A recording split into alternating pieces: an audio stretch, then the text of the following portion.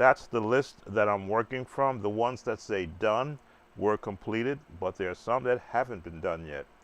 As you can look at that list, and a lot of different varied eras of song. Yolanda Adams, let's see who else is on there.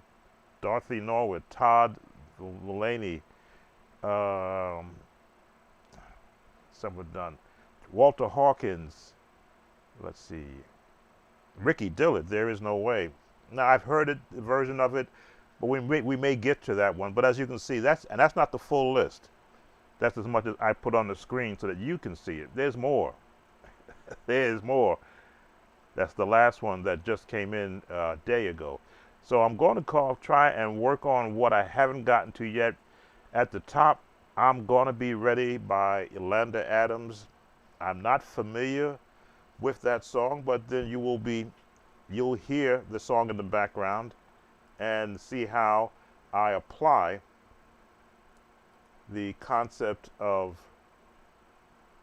one second, I'm going to do something here. The concept of applying the basic theory. I won't call it Piano 101 because it's much more advanced than that. But the basic theory of listening after you've practiced. Now, I haven't warmed up yet, so I wanted you to see that process. Thanks for those who are watching. Let me do a welcome to getting my manners. Give me a chance to type that in.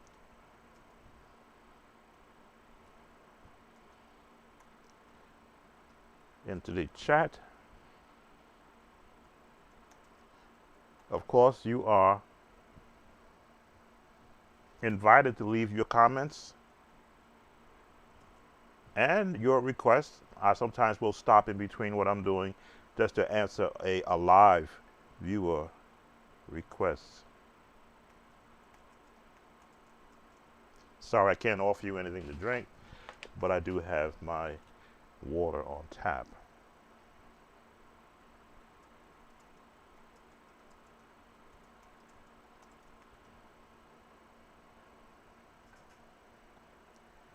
Excuse my typing.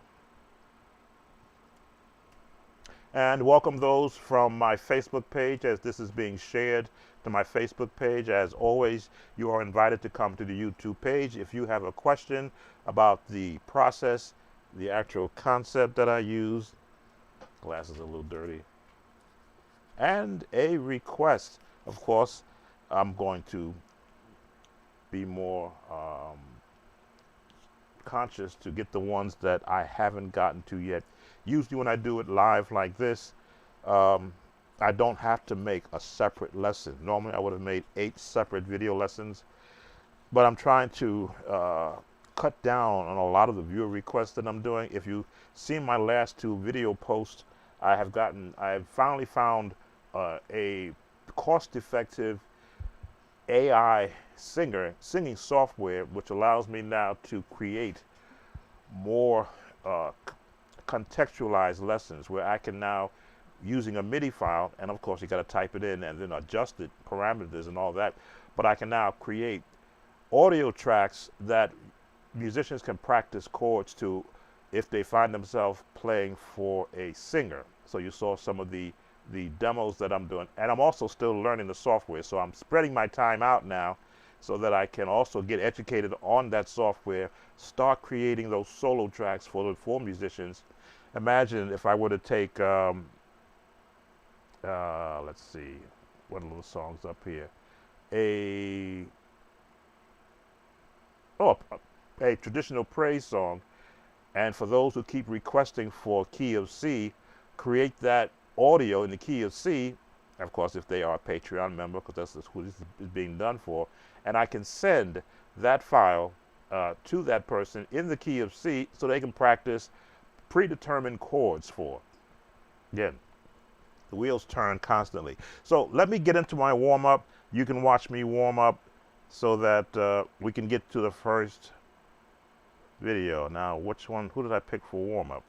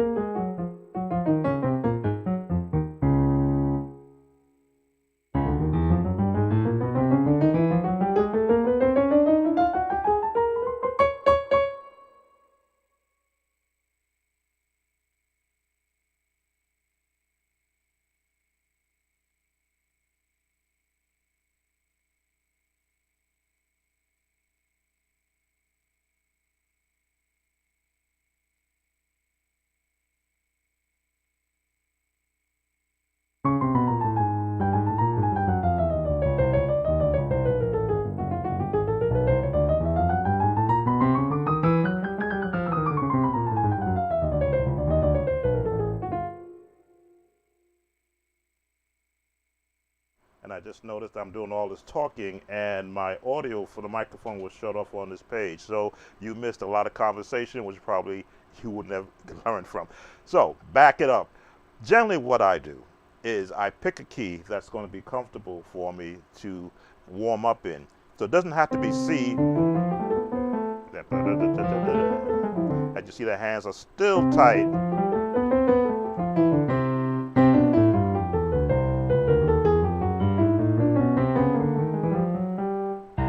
And I'll pick different ways of going. The left hand is always the most stiffest one. The right hand tends to warm up faster.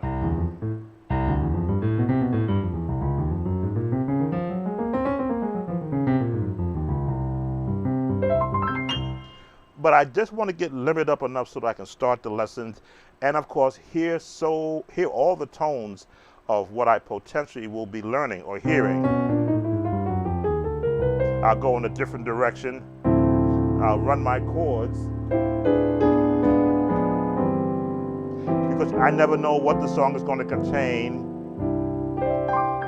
Yes, I understand that the number system is the key phrase that learning musicians are tied to. I've often said I've never had formal piano lessons. That's why when I go on YouTube and I actually and I subscribe to jazz channels, I'm more of a listener and one trying to see the concept that they teach to sort of add to what I have. Again, what I use was for my era and for my time to learn songs in a rapid sense for so many different choirs. So the touch comes from listening to music. I'm just throwing those chords out there just to limber up my hands. Whatever I could figure out what I want to do to be able to accomplish, which basically was the choir wants to learn this song, and I want to sound like I was on the album. I'm in A flat, I'm in D flat, I'm moving over to B major. I want to go into A. I'm looking for different chord changes that let me go into those. G. I want to go to F. Now these are considered 2-5-1 chords. A flat, 2-5-1. I want to go to D, so that would be E, A, D. Using 2-5-1 changeovers. I have not been in the key of. I haven't been in E yet, so that would be F sharp. Nope. E. I want to go. There it is. That takes me into E. C. B. B flat. All these jazz terms, which I am getting immersing myself in the understanding, I've been playing them for years and associated them with how a song uses it.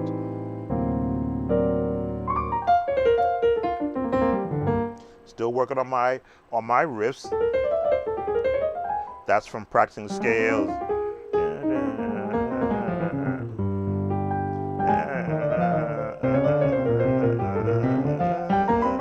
This is all part of my warm-up exercises.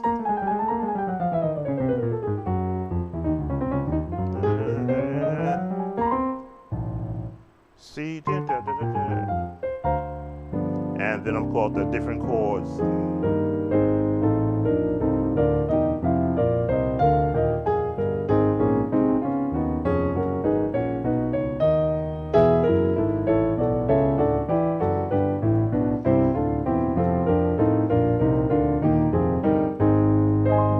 A different way of doing the circle of fourths.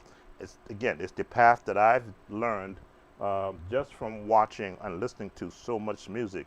I have my own way of getting through the cycle. C, F, B flat, E flat, A flat, D flat, F sharp, B, E, A, D, G, and back to C. That's how I found a much easier way to practice it. Verses going.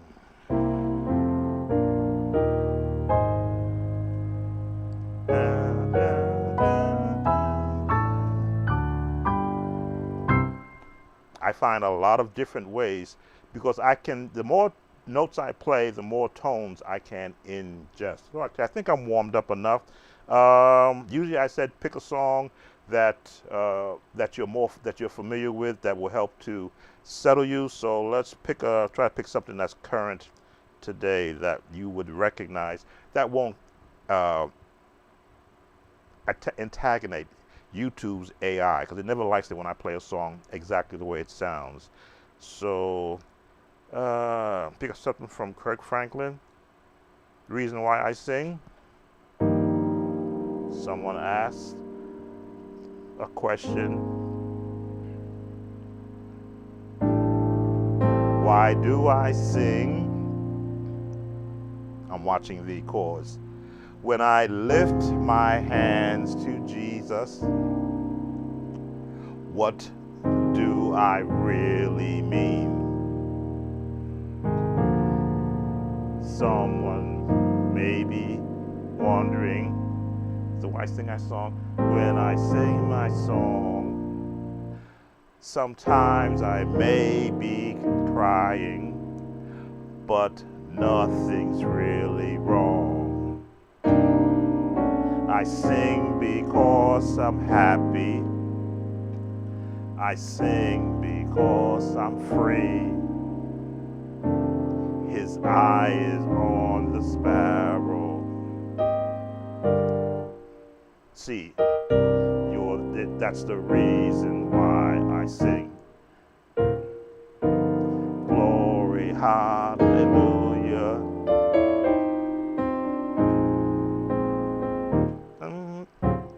I'm trying to stay away from the melody.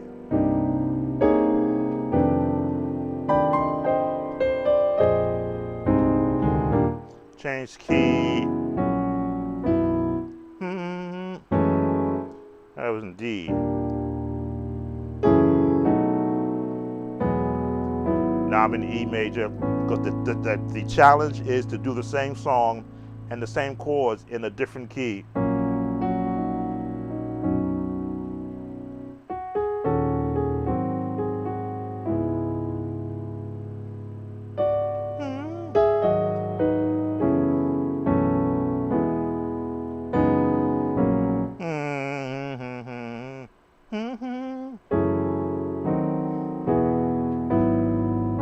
Gotta hear the melody without playing it.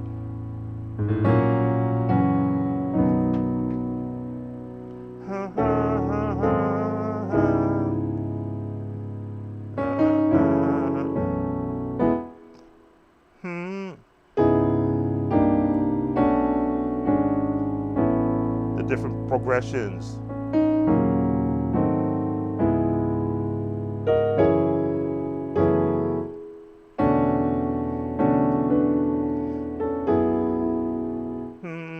Four, 6, change key, easier.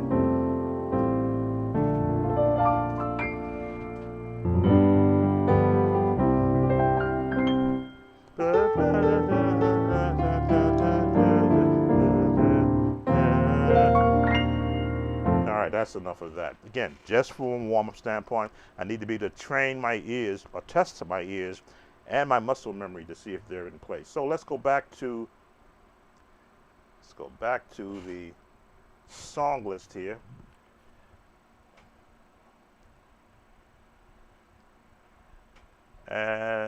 I'm going to be Ready by Yolanda Adams. Unfamiliar with it, so let's pull it up on YouTube. And let's see what my ears, which are now tuned, can pick up. This is for the viewer who requested I'm Gonna Be Ready. There it is, Yolanda Adams, comes right up. Now I'm piping this through the system, so I've got to fair use YouTube. Let's get the ad out the way. I just want to listen to it, get a snippet of what it sounds like.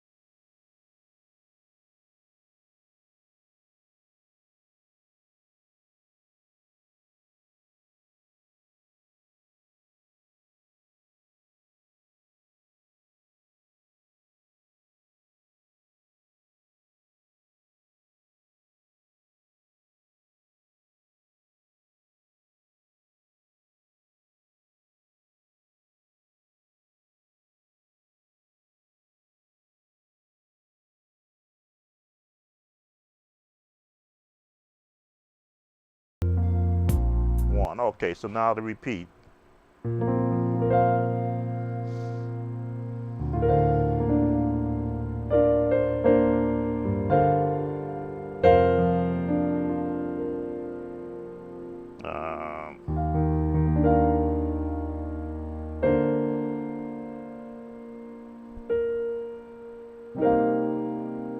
Again, I'm just trying to map out the path of the song.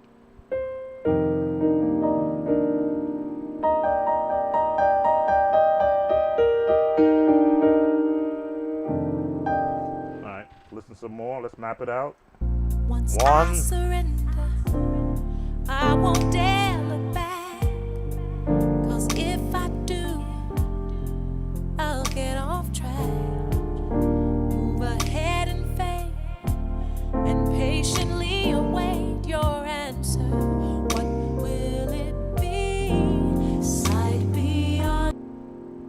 patterns.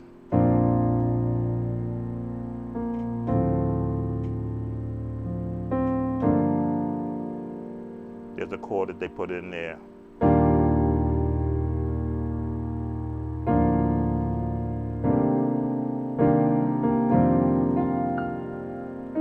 So you're looking for a pattern. 1, 3, 6, 4, 2.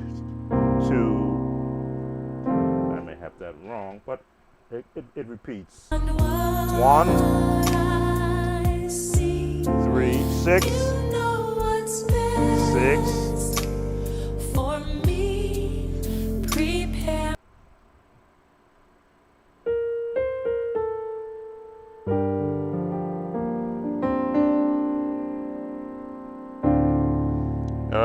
What was that chord there? That's the one I missed first time around. Let's find it. It's right there. And patiently await your answer. What will it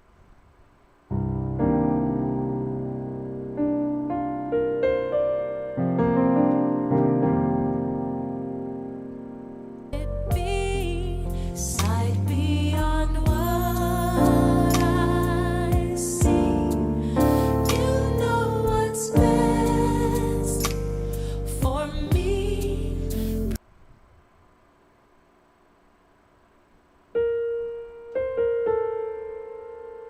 Mm-mm.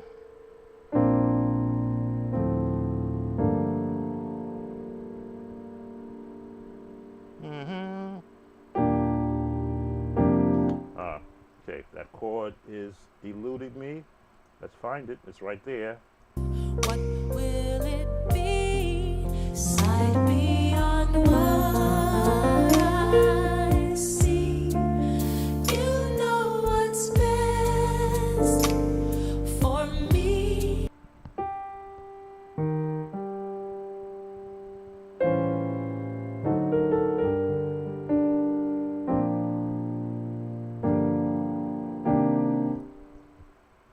Yes, the bass note, the lowest note is throwing me off. Sight beyond what I see. You know what's best for me. Mm-hmm.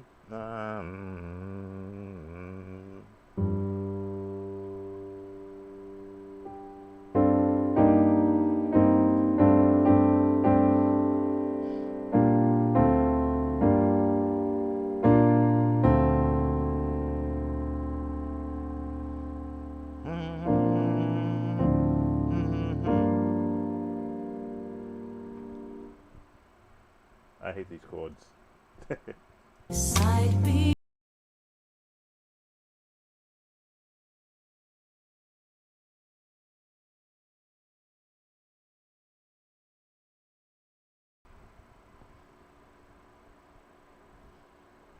That chord is eluding me, and I will find it.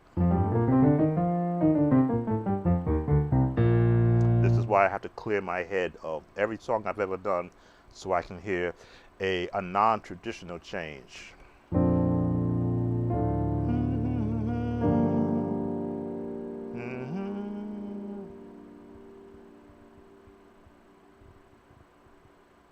Now again, it's probably so, I'm probably right there. Where you see my hands are placed, I'm probably right there.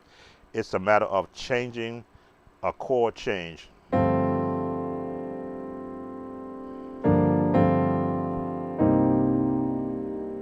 And I think I just found it.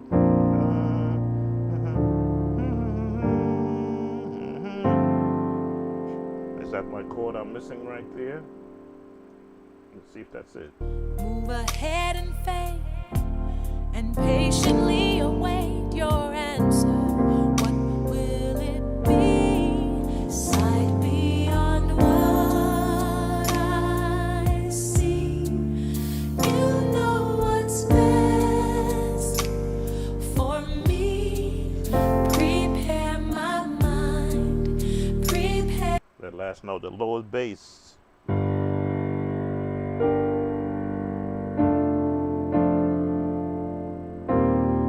Are they going down the scale?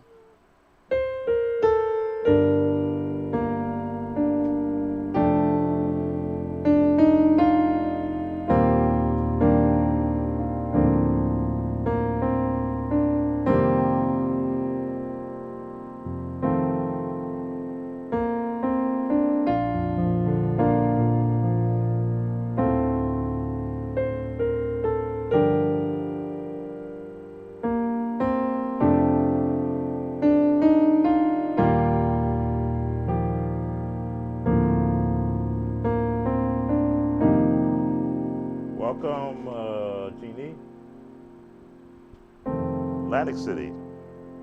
Okay, I think I found my chord.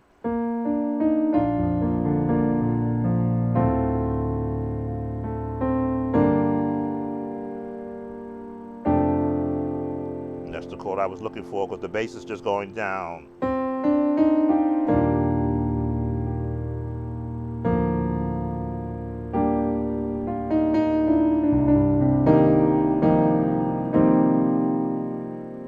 All right. Again, I'm also being taught. Because if it's chords that I'm not familiar with using in a particular pattern or phrase, that now gets added to 50 years of music that I'm setting on.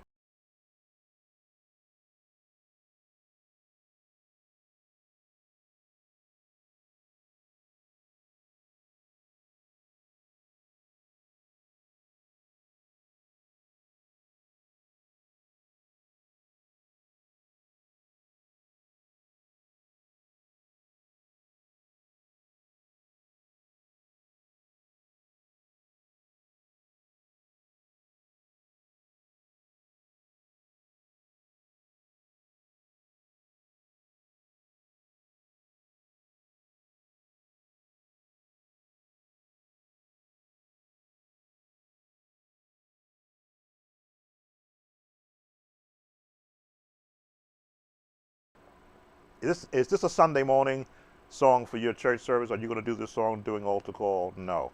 So I'm looking at it as this viewer who requested this song probably just wanted to add this song to their repertoire. So will I spend a whole lot of time on it?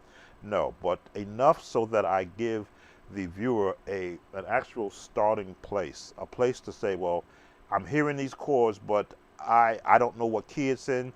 I don't know if I'm a number system user, what number are they using. So for this viewer, I'm gonna go skip a little bit ahead to see if there's some other changes, but I expect there should be. But you're gonna be in the 1 to the 3 to the 6, and now it's gonna walk down to this chord, to the 4, to the 1, excuse me, to the 1, to the 3, and it's going to resolve on the 3, on the 2. Again, the number system really throws me up. Then to the 5. And as you can see, the chords are all lumped together. This is an R&B. This is not gospel where you're going.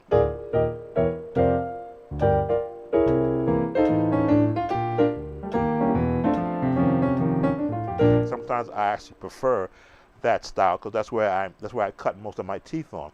But because I can hear chords, and when it's one that I'm not familiar with hearing in a gospel traditional sense, even I have to stop and listen more than 10 times to understand where is it going.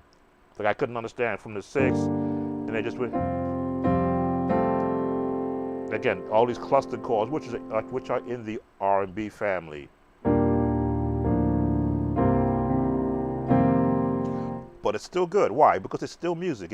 And because I can learn something, I have the ability to be able to disseminate that for the viewer. There we go. So let's go ahead because they're basically singing the melody or a solo with the same chords. Let's see what changes this part of the song. Still same chords. A little further ahead.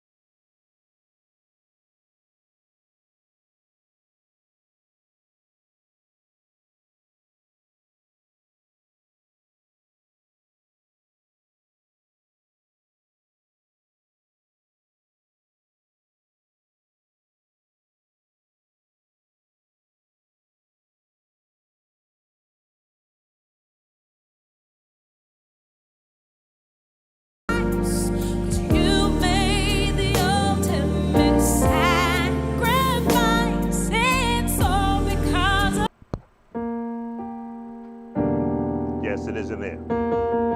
That's what I was listening for.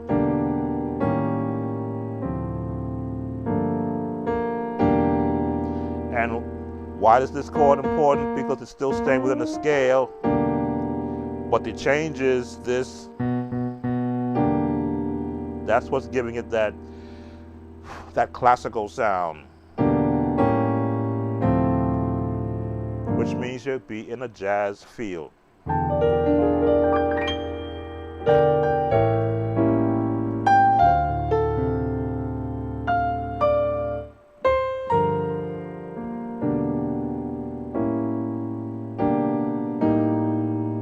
I'm always trying to find new pattern. Still the 2-5-1, 2-5-1, and but if you're going to stay in the B flat family, that's the sharp 4, 7, 3, 6. All right, let's listen a little more. Will that give me the chords? Ah.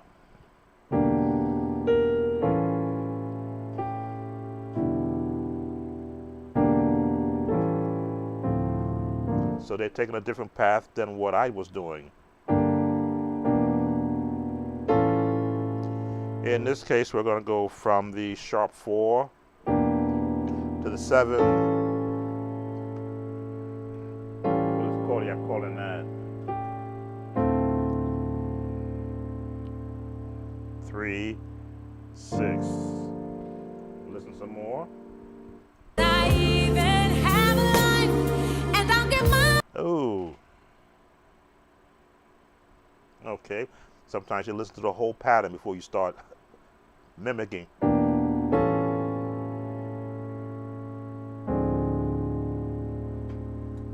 What was that chord in there? Let me listen to it all the way through.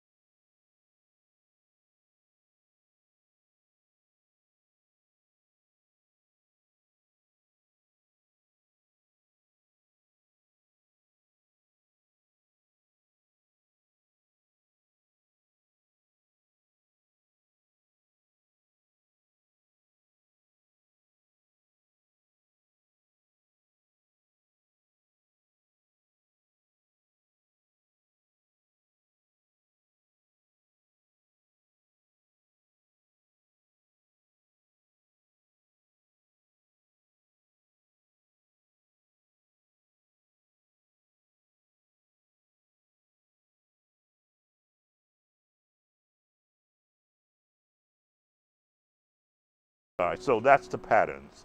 You'll hear the patterns in the song once you learn it in one key. Again, how hard is it to transpose? Don't touch that button.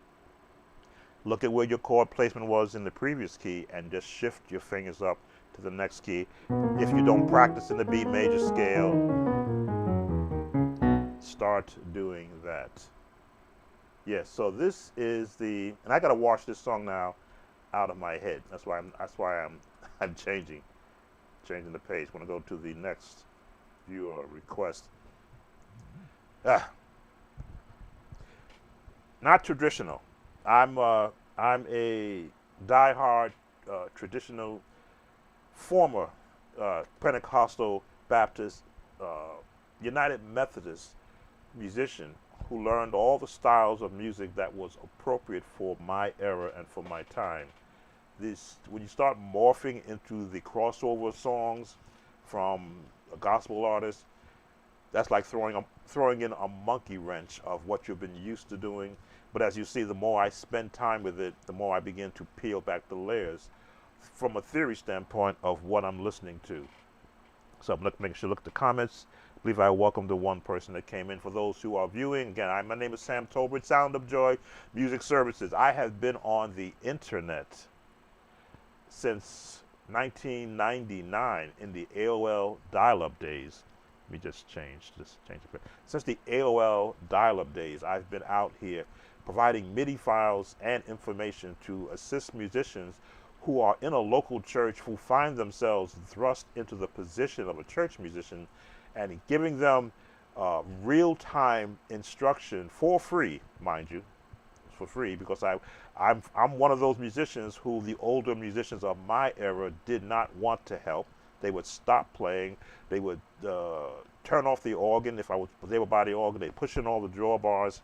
And I would, at 13 years old, I felt as though I did something wrong, not understanding that musicians of that era, can't speak to the ones of today, but of that era, coveted everything they knew. Because if a youngster can learn what they learned, I'm assuming this fear, again, sometimes when you assume, you make a out of you, or whatever you mean when they use that term, but they may have felt that I'm threatening their livelihood. So I can understand that a lot more better now. I was never threatened as I began to become accomplished, not a professional, but an accomplished church musician. And my desire was to never hide information from any musician who asks, because I want to see them grow with that fervor musically that is within them. So let's go back to our list. I'm talking to sort of put some space between the music. I realize I'm going to get a YouTube copyright. I've gotten so many of them, they almost expect to contact me. Let's go back to the list. So we've covered I'm Going to Be Ready by Yolanda Adams. That's at the top. Next one, can you please help me with the song Touching Jesus Is All That Matters, Jimmy Swaggart version, including his riffs and licks. God bless you. Now this one I got to be careful. Some songs I don't let be aired because they'll take down the stream, I think, if I air that type. But I'll listen to it to see what the song is. I'm already getting an idea. It's of a country gospel sound, but riffs and including his riffs and licks, I generally don't like to take apart another musician's style to show someone else. I think that is where, if you just have the theory behind what they're doing, you can develop your own. Plus, on a virtual look at a keyboard, how can you see how quickly my fingers can move? Because you'll be going, what did you just do?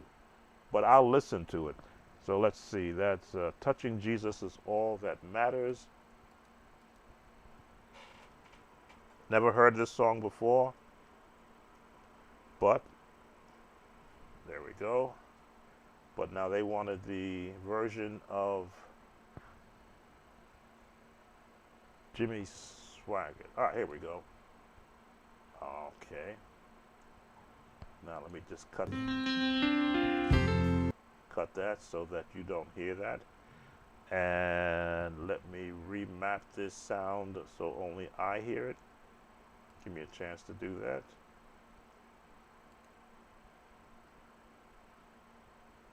Got to play with the YouTube algorithm because they will come after you. I've already had lawyers come after me. That's why I'm so conscious.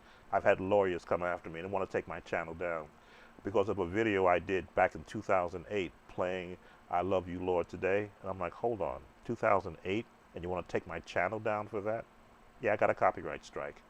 90 days, took 90 days for it to clear. And I had to contact the lawyer and say, I won't play that song ever again on my channel. That's how serious this can be. So let me go on mute so I can listen to this song. Let's put you on this page. Excuse my back while I listen to the song, and I'll go on mute so you can't hear it.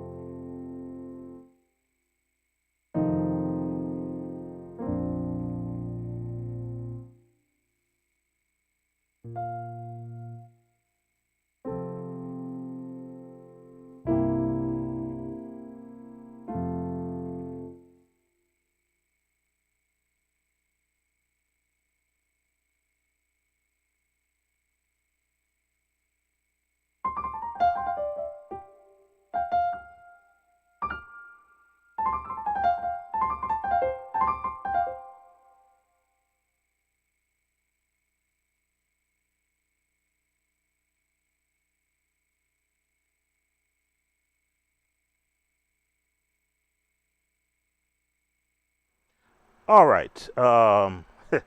Yes, watching the video, and yes, he is exhibiting the blues movement on the piano. Things like this.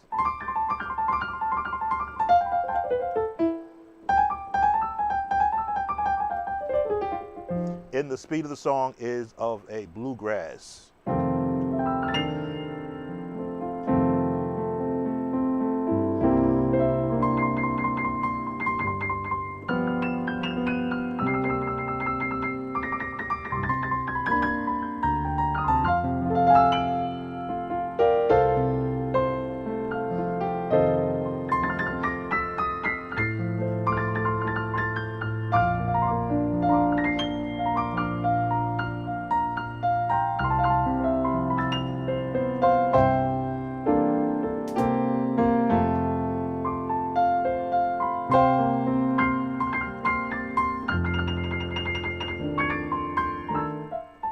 So no, we're not going to be giving you his licks.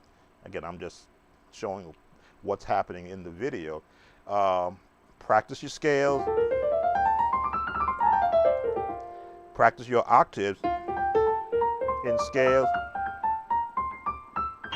Not just straight like this, but bounce. And then learn to get your wrist to float like this. And have the ability to do the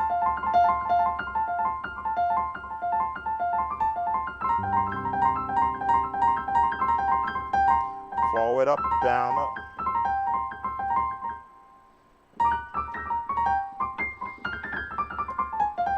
And the runs are of a jazz nature. And once you get the ability to roll your scales, you realize that your thumb is to turn.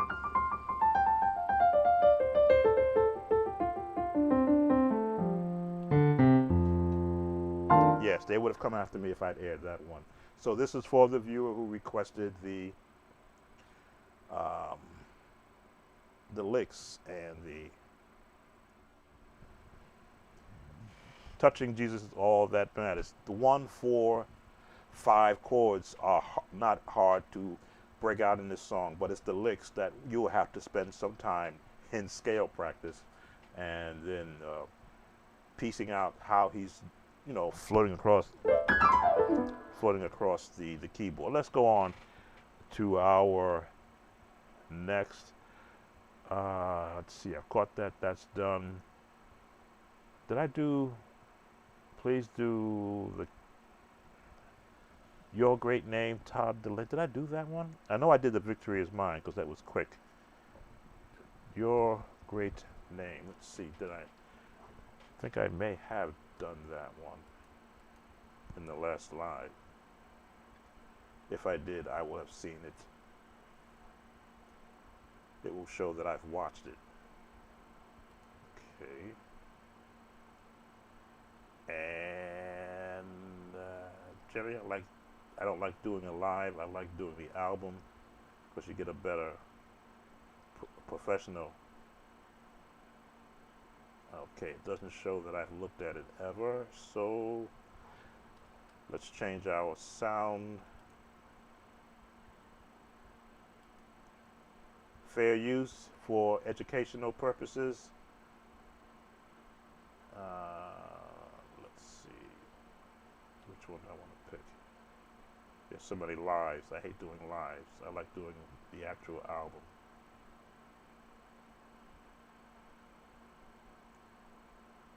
Are they all lives? Oh, I did view it. I do see one here that I did view it. Okay, let me listen to it, see what it is. I'll know.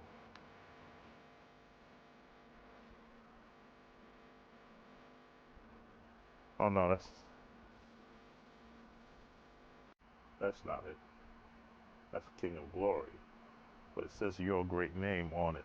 Why? Why does it have Your Great Name on it if it's also King of Glory? Same song? King of Glory was done. Your Great Name. Okay, here's another link to it.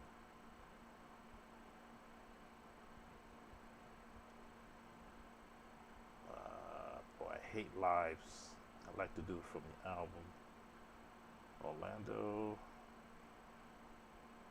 Alright, let's try this one.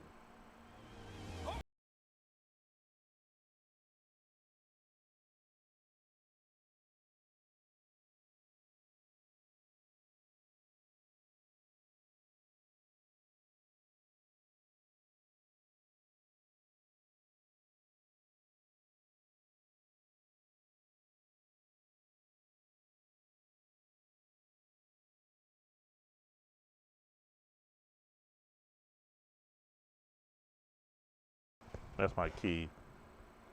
B flat again? Yep. B flat again. See, the ears are getting tuned down. And so because I hear the pattern, I hear the 6, the 1, 4, 6 again, 1, 6, 4, 1. Let's see if that is the pattern that I'm listening to.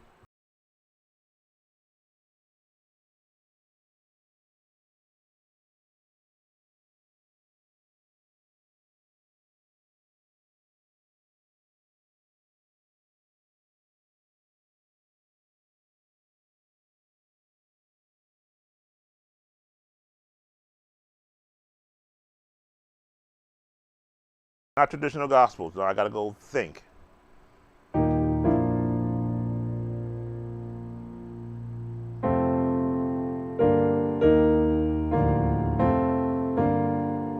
Mm-hmm.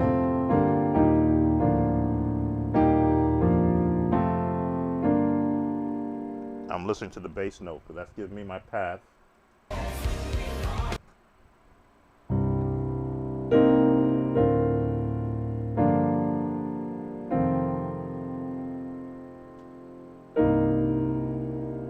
Ah.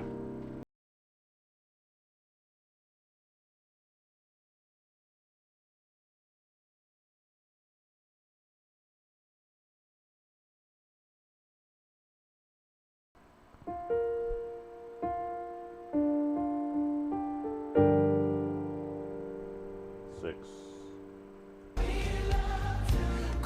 One.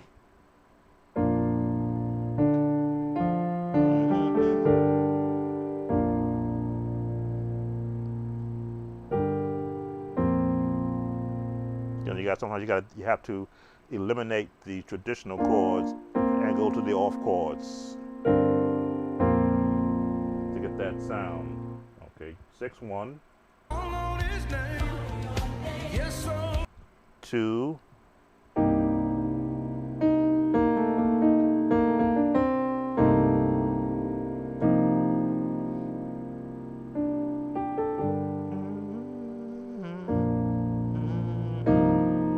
There's my 2.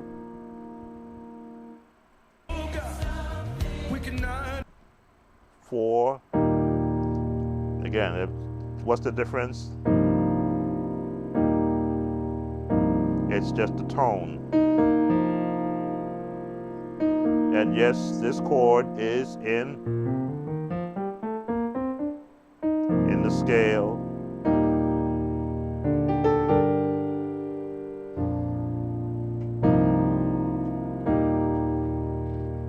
Let's continue.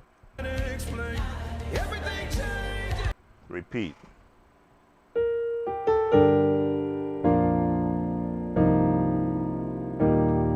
right, well, we got that pattern down. What's next? Let's listen.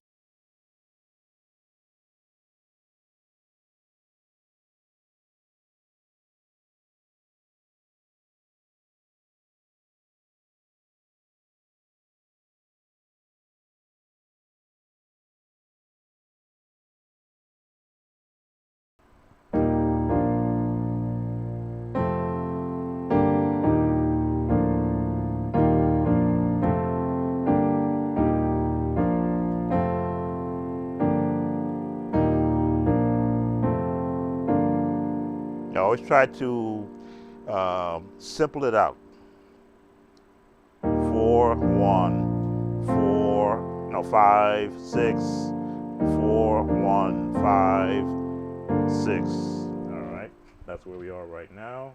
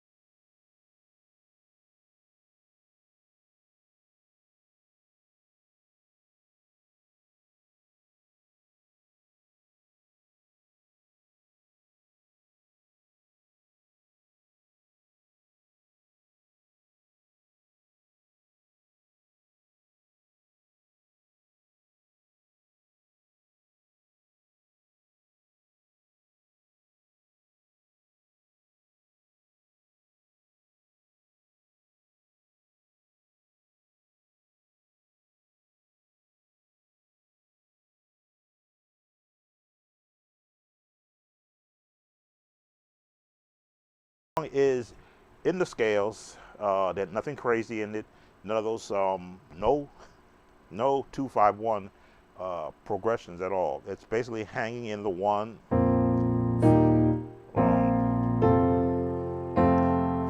5, 6, 2, 4. That's where all your chords are going to come from. This is for the viewer who requested your great name. Scales, and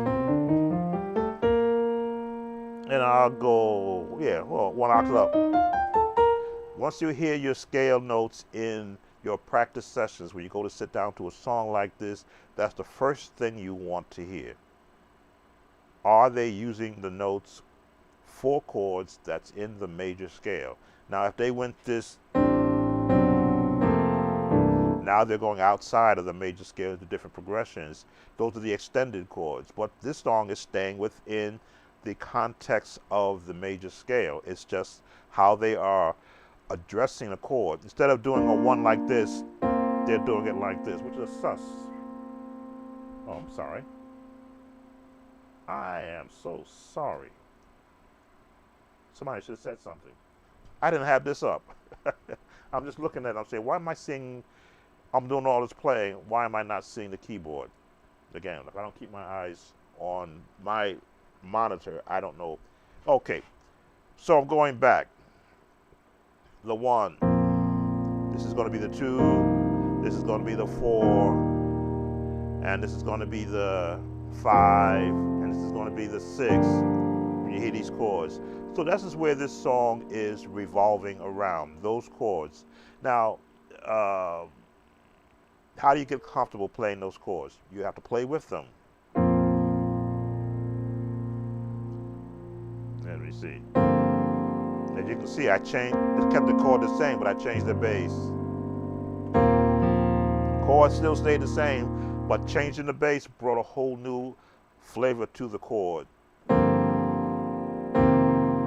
Just holding that chord and changing the bass notes and adding some extended chords gives it a whole different new sound.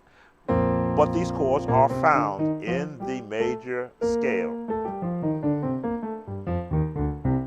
It's just how they are being voiced.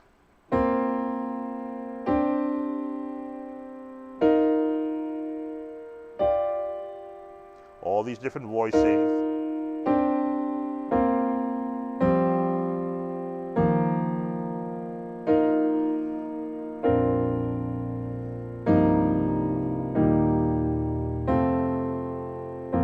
So I've shown you the chords. Unfortunately, I didn't have the Chordy app up. So again, I've aired much of the recording. I expect to get copyright notified about the airing of that.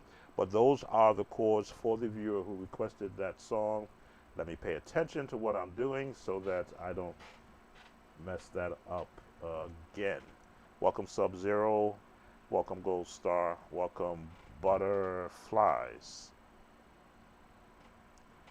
All right, so we've covered I'm going to be ready. Touching Jesus is all that matters. Your great name. This is what we just did now, right? Your great name. Chord-wise. Again, once you get the chords, the generic notes of the chords, it's just placement. That's when your ears of practicing the scale has to come into play. I often try to get over in my instructional lessons for the very beginners that if you just accept the concept that every chord is built on a scale, here are the scales that you will hear every chord played in. Now, did I do the minor scale? Did I do the Aeolian scale, the Mixolydian scales? No.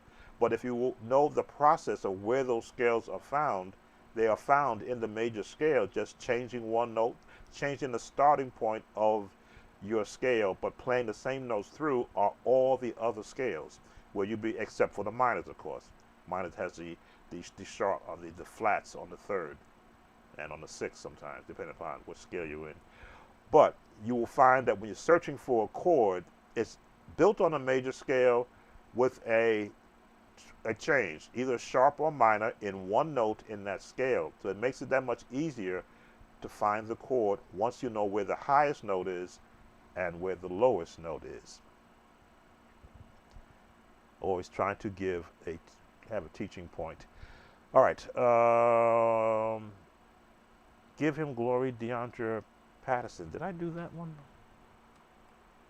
Let me just go up a little bit. Give him glory, DeAndre Patterson. Don't worry about modulating because I think I'll be able to get the hang of it.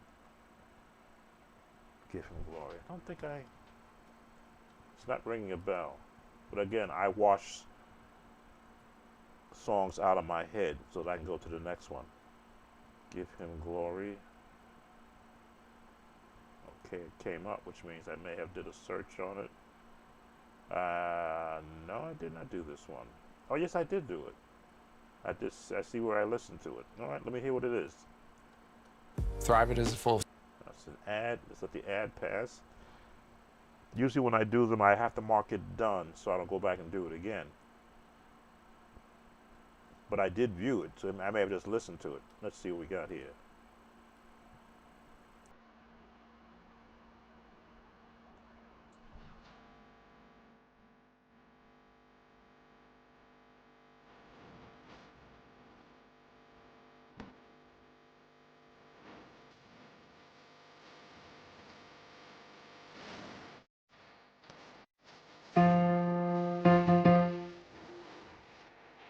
Oh, okay.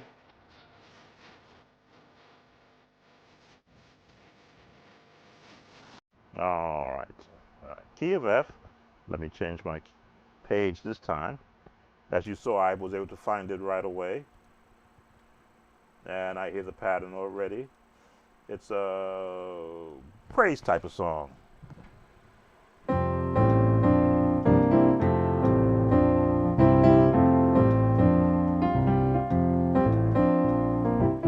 So what you want to look for is, what is the piano player doing on these type of songs? If there's a piano player playing, hone in on what are they doing. Yes, you have the audio, you have the vocals singing, but that vocal is being supported by what the piano player is doing. The 1, 3, 4, 5, 1, 3, 4. Highest note. Remember I said you can hold, you get that sound.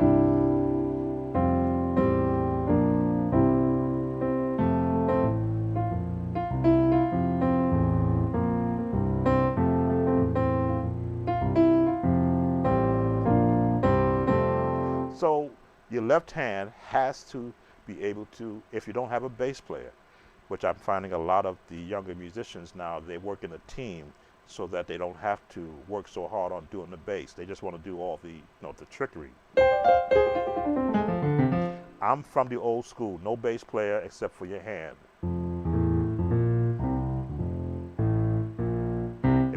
If you practice the scales with your left hand, you will hear the placement of the notes of the bass hand. Okay, so we got that first pattern. Let's see what we have coming up next.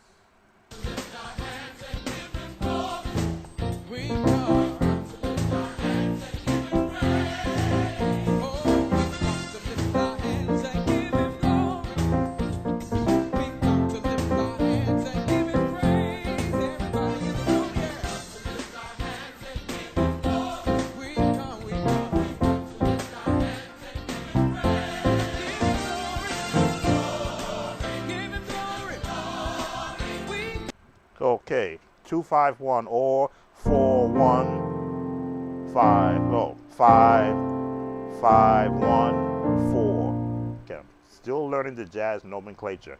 In the key of F, the 5, 1, 2, 3, 4, 5 with a B flat. 1. Now you can go pick a chord. The more chords you hear played in so many different songs, you can now pick and choose. You can go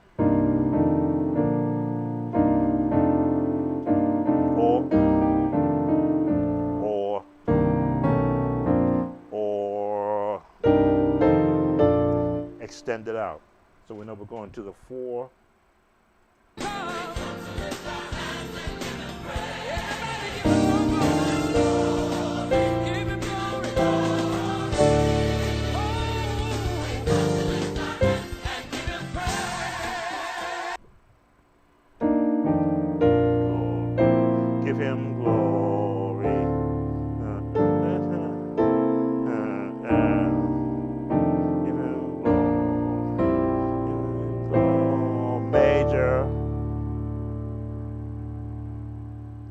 What key are we in? D.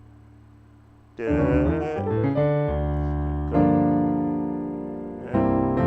So what happens in music is that as you're learning a song and you look at the pattern of where they are getting their chords from, you know if it's going to be in F, that all your chords are going to come from this scale. But the minute they go outside of the scale, one note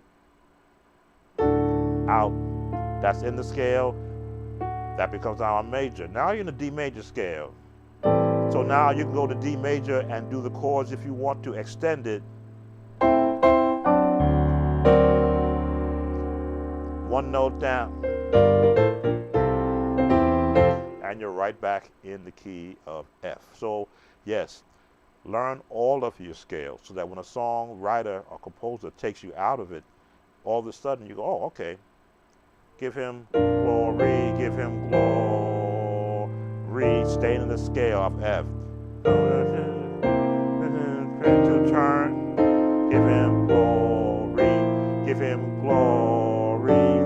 Now you know you're in the D major scale. And now you're back into the F scale. Alrighty, let's. Could you do glory, glory, hallelujah, since I laid my burdens down, Kojic style? Didn't I do that one already? I'll cover it after this one because I can use my drum pattern. Okay, let's see what's coming up next. Key change. We've come to clap our hands and sing up Judah. We've come to clap our hands and give him praise. Everybody in the room say, clap our hands and sing up Judah. We've come, we've come. Clap our hands and give him praise. Give him glory, glory. That's why we're here. Clap our hands and give him praise. Give him glory. Give him glory,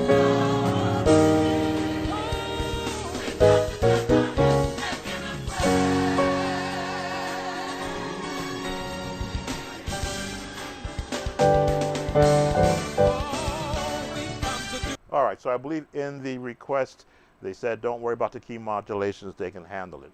Great. So you now get the concept of the song, you see the patterns, you see the chords that are matched to it, and of course always what you want to do is to take advantage of the available keys that there are to you in a song like this. Now I played it from a lesson standpoint, but there's so much more that could be attached to the song.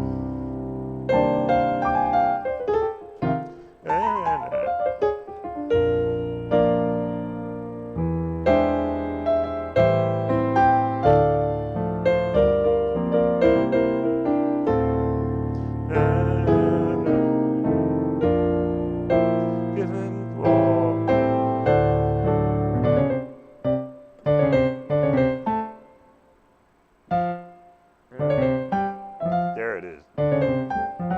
That's from the Hezekiah Walker song.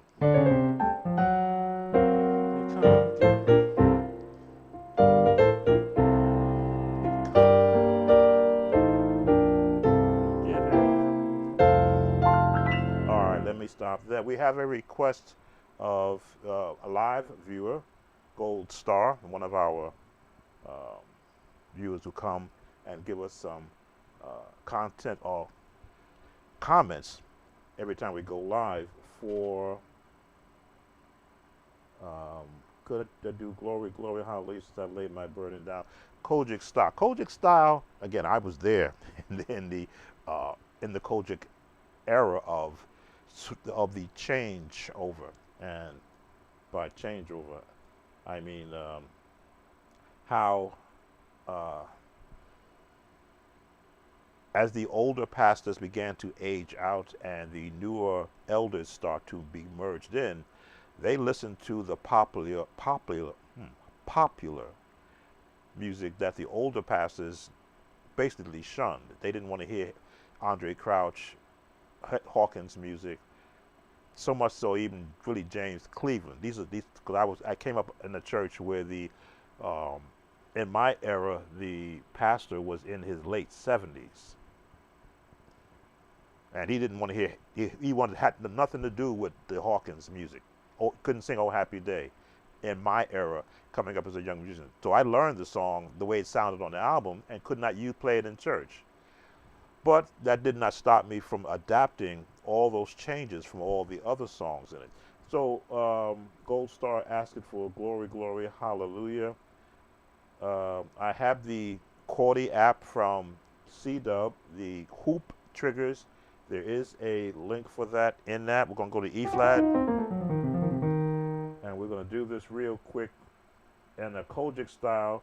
Kojic style for me was emulating the big band jazz sound, because that's the era of theory that I came up in as an instrumentalist, not playing the piano, but hearing the big sounding chords.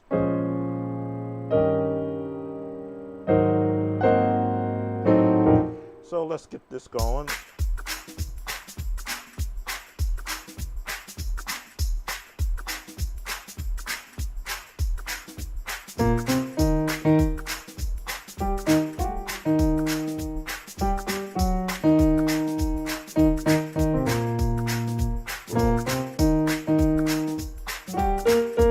That's a little too fast. Let's slow it down for the older people.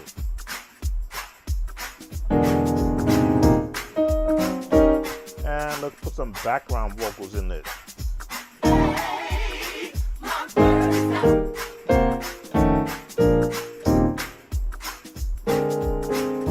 Since I laid my burdens down.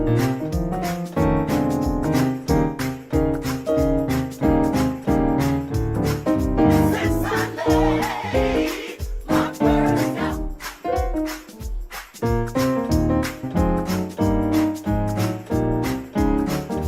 Since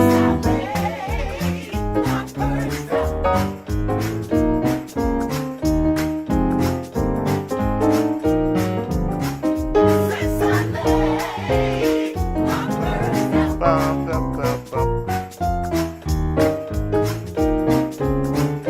Bum, bum. Since I laid my burdens down. Glory, glory. Since I laid my burdens down.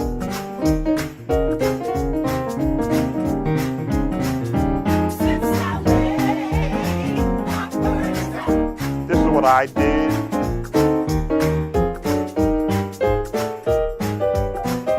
Since I laid my burdens down. Bum, bum, bum.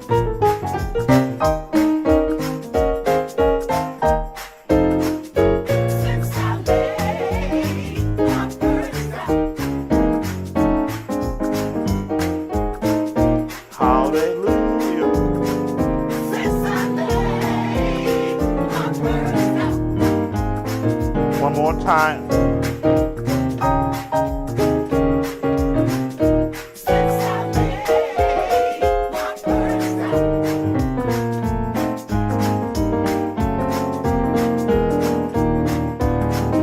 Since I laid my burdens down. Okay, now that's all I'm going to cover from that. That was the Kojic style I used. Big band, a lot of movement, a lot of left-hand bass movement because I didn't have a bass player. A lot of melodic chords to help support what the vocalists were doing. Again, congregational songs is the time where a musician gets to show everything that they're doing, because nobody's listening to the musician. They're just trying to feel that beat. All right, let's go back to our list, and because we just did great something. What did we just do? Great name. So I'll mark that done. Praise the Lord, we did that. Got a Feeling, it did that. Full and Complete by Walter Hawkins. Now again, I came up in the Hawkins era, but Full and Complete missed my listening.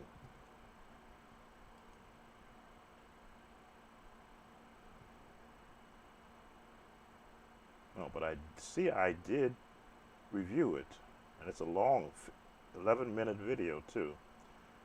Malaco Records, will they come after me? They probably will.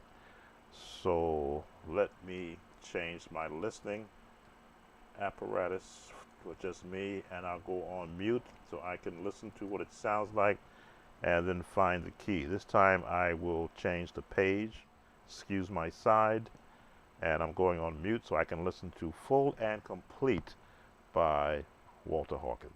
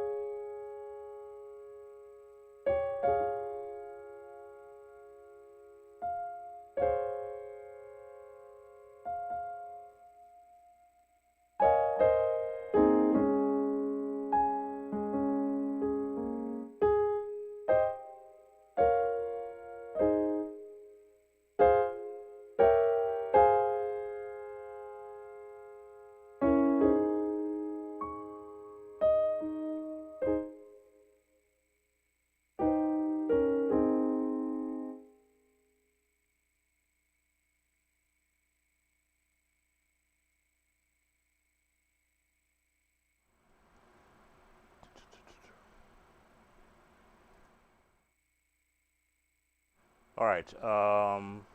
Yeah, so it's a full song. Uh,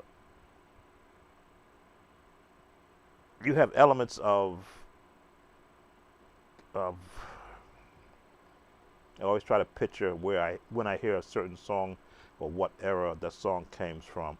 It's in a traditional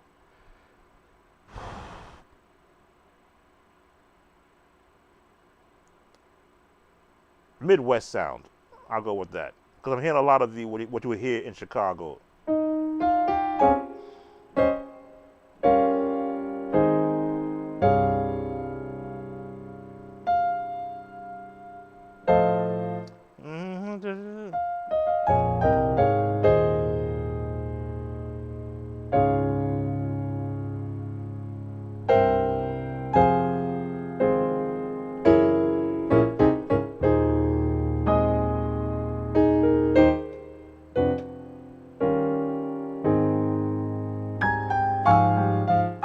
So it's and I'm not going to air it because it's got Malaco Records attached to it, which means there are AI bots out there that will get a lawyer coming to my page for airing it.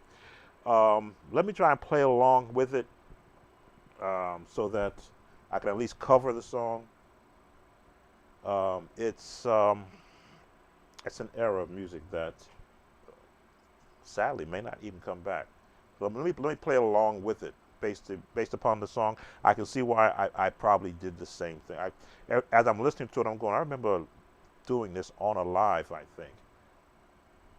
But it's in the key of A flat. Again, A flat major scale. It's got a lot of the actual traditional chords in it, but they do have the jazz turns.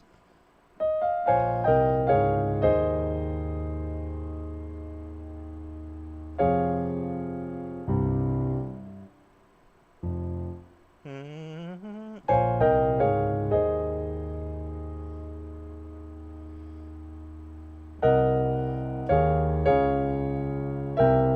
Yeah, it's a change I wanted.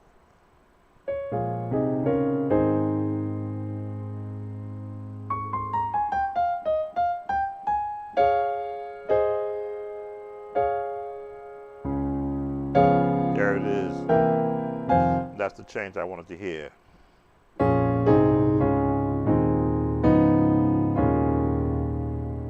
Da, da, da, da, da.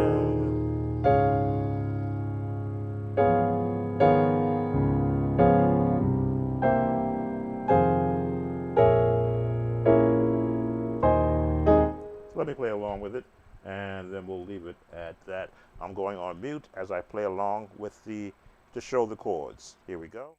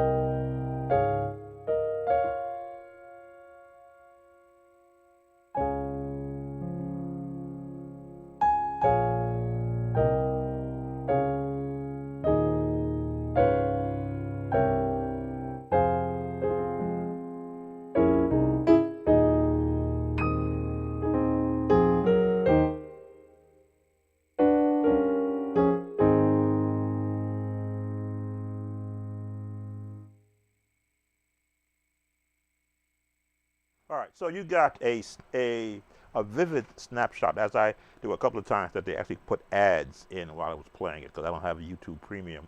But as you can see, this is traditional gospel music mixed with some of the contemporary changeover. And this is the type of a song that I could not do as a video lesson. This would have to be a one-on-one session because with the lead person is driving the chords of the song. And there are patterns, yes, but those patterns are not traditional in that there's not like a 4-beat pattern, a 2-beat pattern for a bridge, and then that same 4-beat pattern. It is changing as the song is airing. So this is probably why there was never a video done on this. But I played along with it. Again, everything that I do for viewers depends upon your particular skill level. If I don't know how good you are, I have no idea how much I can show at any given time. Questions? If you have the same, can you do Alpha and Omega by Israel Houghton? Alpha and Omega has been done on this channel already, and I actually did a in July I did a old school praise songs, and Alpha and Omega was purposely put on there in the key that it is done in, and then I gave changes that you could add some more contemporary chords you can add to that same version. So for the requester, look back in July. There's a video I did called Old School Praise Songs. Alpha and Omega was the very first song on that video. And that video is long too, because I took time to do every key in D flat for musicians who are comfortable in playing in D flat. Okay, let's look at the next song on the list. Nemez, could you go over how figuring out the chords to any song? That, what I've got several series dealing with, I have a whole series on chord building. I did a series on the Nashville number system to the crossover to the gospel chords. When you hear, how can I put this? We're still in A flat. If you've never learned to play hymns, because hymns I found is a watered down version of jazz, and I'll put it like that. A hymn is so basic, but that's where you learn your chords from. You see, we're still in A flat, so we'll stay in the A flat family. What's a I don't want to take Amazing Grace. Well, actually, we can do Amazing Grace. If I did Amazing Grace, let me switch to, because that's a very good question. How do you go about finding chords?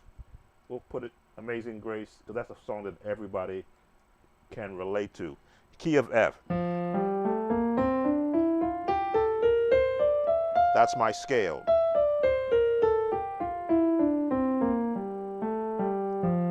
So that's the major scale. Every sound, tone in it has a designated note to be played in a positioning. This is why scales are important. Whole, half, half, whole, half, whole, half. That is the generic path that written music tells you to how you can find a major scale. So whatever key you start in, if you don't follow the whole, which means whole, half, not a whole,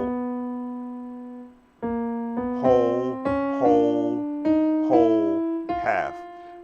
So that gives you the framework for a major scale. The Nashville number system is a westernized scale that says this is the 1, this is the 2, following that same whole, half mantra. The 3, 4, 5, the 6, the 7, again, following that same pattern of whole, half, and then repeat back to 1. So there is your framework for your generic chords. Now if you take your melody, Amazing Grace, right in the scale,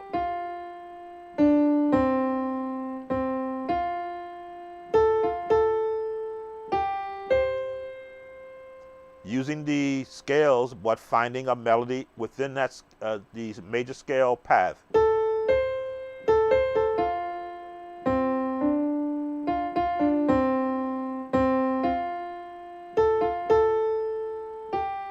Now, if you never played chords before, but you learn the melody, you're asking, how do you know what chord to assign? Well, what's the first note? The third note. Amazing. There's your first chord. But because music allows you to have inversions, depending upon how many notes you're playing, a chord is 3 or more consecutive notes played at the same time. That's your 1. That's your first inversion. That's your second inversion. Well, look at the second inversion. There's your melody. So now you know that you can use the inversions to start building your chords.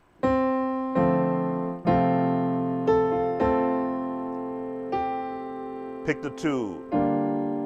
Pick the 1. You can stay in the 1 or you can go to the 6.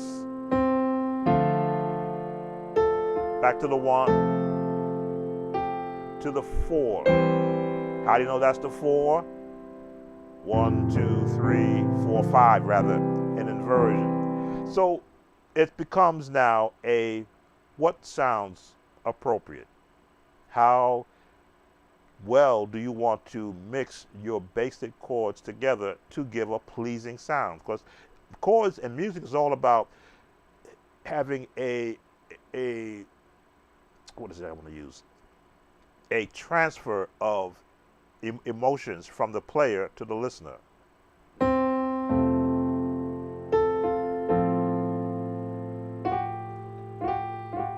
Now I'm trilling or grace notes.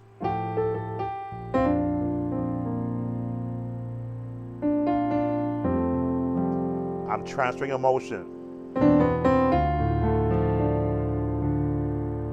But I'm singing a note.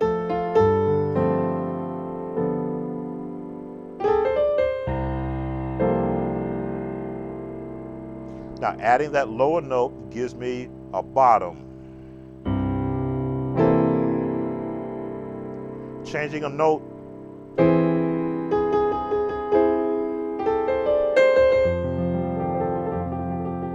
Adding a little bit of movement.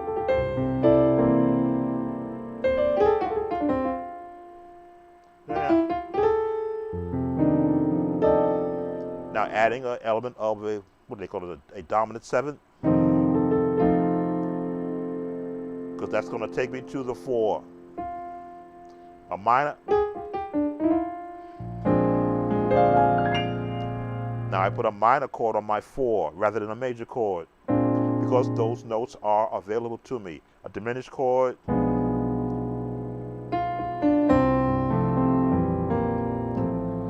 But if you don't know these chords exist, you won't know to see whether or not you can apply them to any particular melody.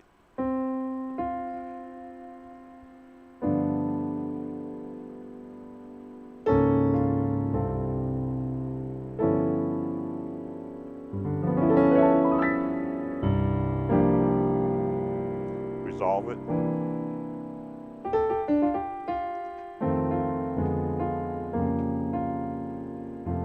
So all of those chords are found within these range of scales.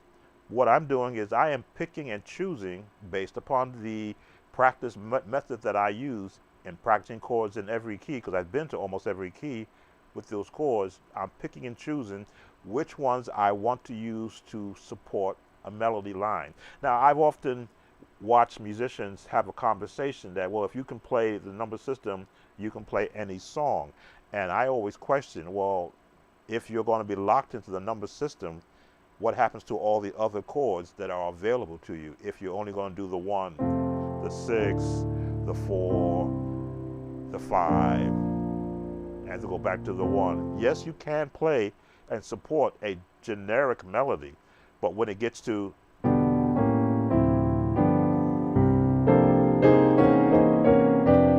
how do you get to there from the number system? Because then the number system becomes the lowest note. 7, 3, 6, 2, 5, 1, 4, sharp the 5, 6, 2, 5. Stay in the 5. And end in the 4. That's the ending of 4 is how the CCM songs go. How do you pick and choose what chords you want to put in the number system? Well, that's why you have practice. That's why someone like me gives you preset lessons showing you where all the chords exist in every key, and then you, in your practice time, pick and choose from that listing of chords. Major, minor, what's this? Augmented, diminished, major 7th, minor 6s, right? Minor 6, this one, F minor 4, F minor 7, flat 4, the 4 notes flatted, really? Well, minor 7 with a 4 on it. Okay, this is the chordy app talking, but I'm sure somewhere you will see this chord.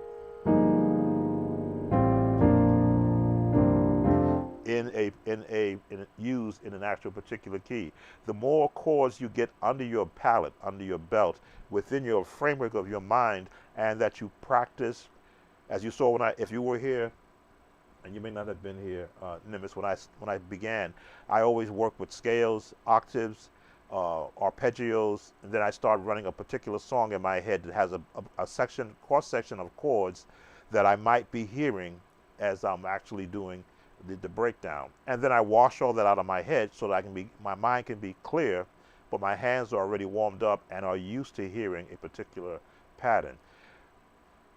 The more chords you learn from their generic sense, what scale are they built on? Are they built on a major scale? Are they built on the minor scale? And then they will resolve into major. Then you can begin to pick and choose.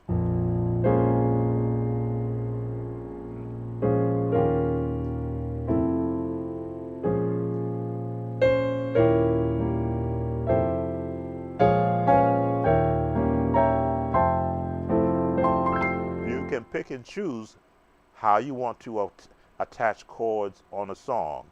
Amazing grace, how sweet. Stay here.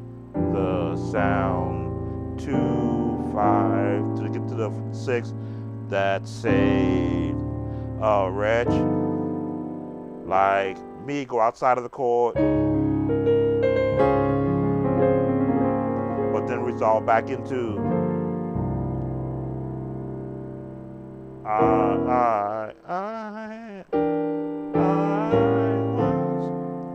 it helps if you have the ability to sing to yourself. But let's go churchy now.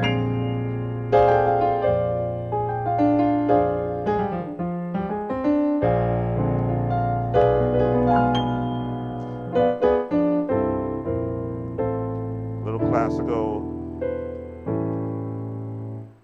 I can hear that in my head.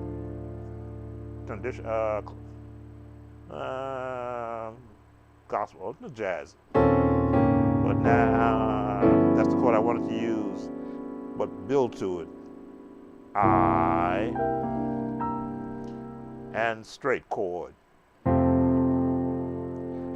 All those chords reside in my head. So when I make a mistake, I'll go, okay, that's not the chord I want. Turn the page, look back, hear it again. Where are the notes supposed to be in the context of where I want to go? Then I'll find them, and then I'll actually clean up what I was doing.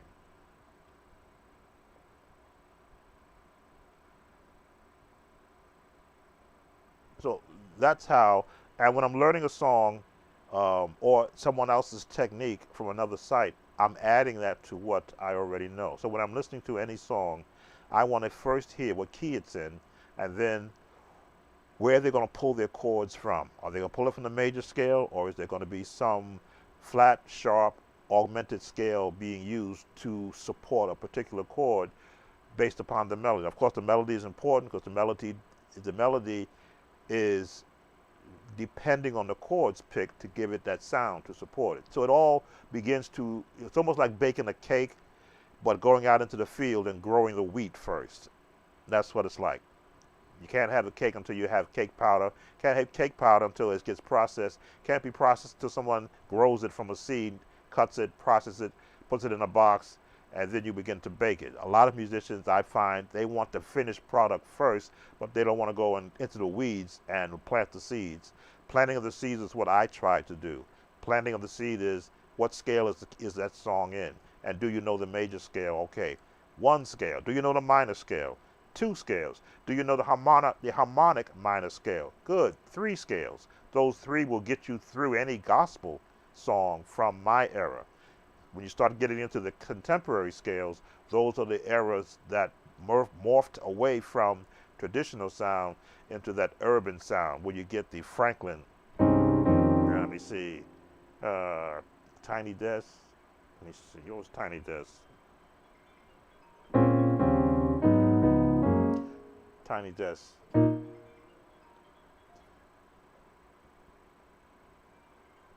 don't know who's calling me.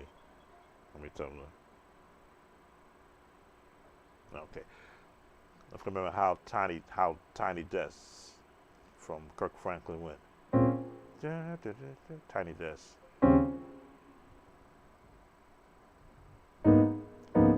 I forgot. I'm trying to remember Kirk Franklin's Tiny Desk.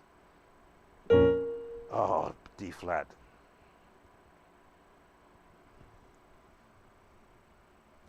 Welcome, Dimitri. I gotta look it up now, because he uses chords that he's been using in all of his songs.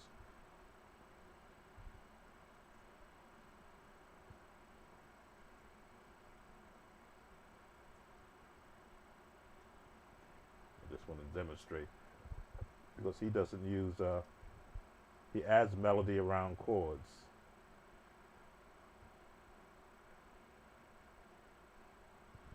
Let me mute you a second so I can look at the Tiny Desk chords.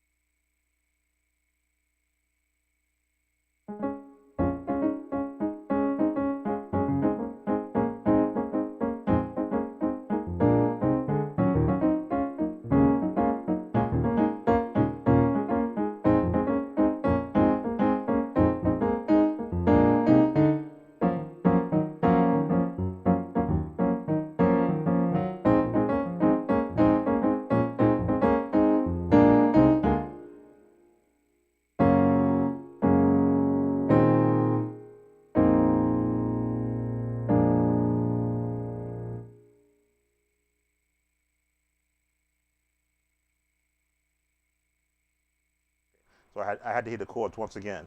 His Tiny Desk. He built his chords around here.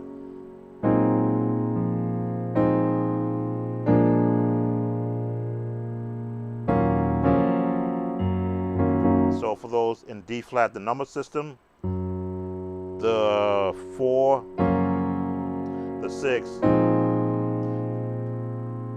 but with a 5 chord in the 6. And then it resolved to a B flat major.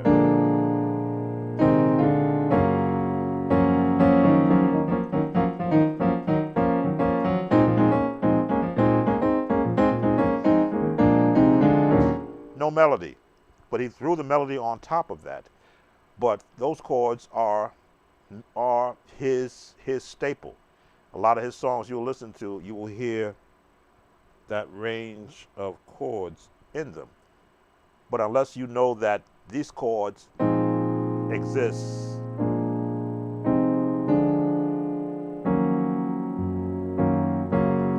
and this would be considered the R&B chord.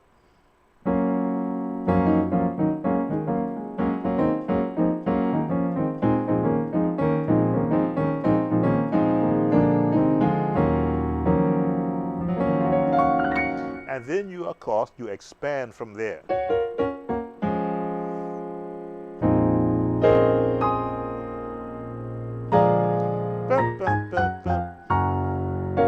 Now you can expand.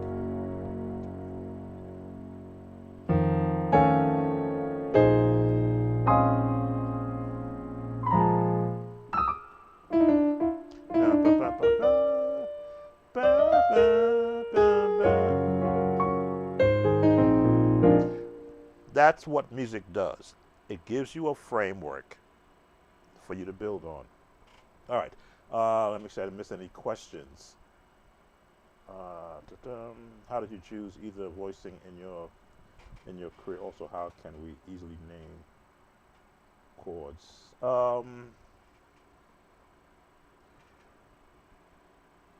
As I say, I was a instrumentalist in an actual jazz band. In that jazz band, I was the well, actually the actual mellophone player. So I was in the middle of all the music. On my right, I had the clarinets and the flutes. On the left, I had the trombones, trumpets, and the tuba. So I always could hear all the music around me, and I'm in the center of it. So whenever I play, I picture myself in that music room. I have the middle. From here, that's where I am, note-wise. Everybody else is lower or higher. So when I play, in my head, I'm imagining in that band room, any song that I am playing, how would it sound with the melody at top, me in the middle with the chords, and the bass on the bottom.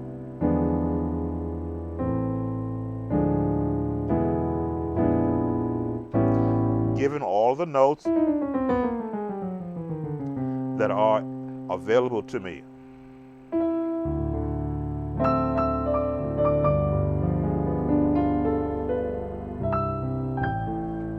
Now I only have 10 fingers, so I have to use the actual sustain pedal to sustain the lowest note so I can get to my area. This is where I am.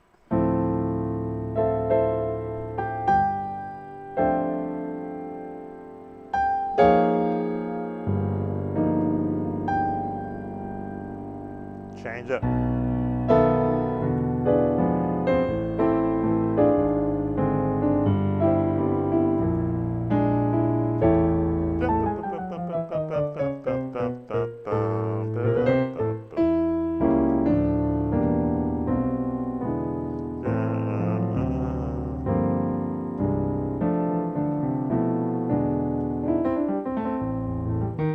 If you watch any of my videos, you will notice that I have a fetish of going low with my notes and creating space.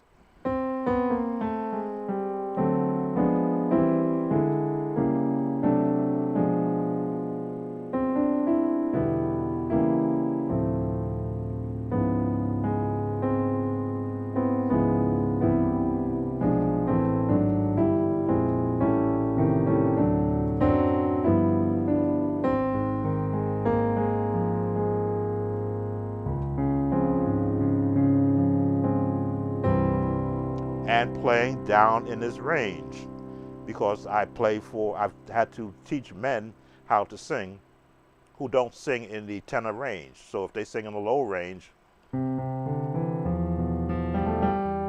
had to learn to play down in this range and not have it sound so muddy.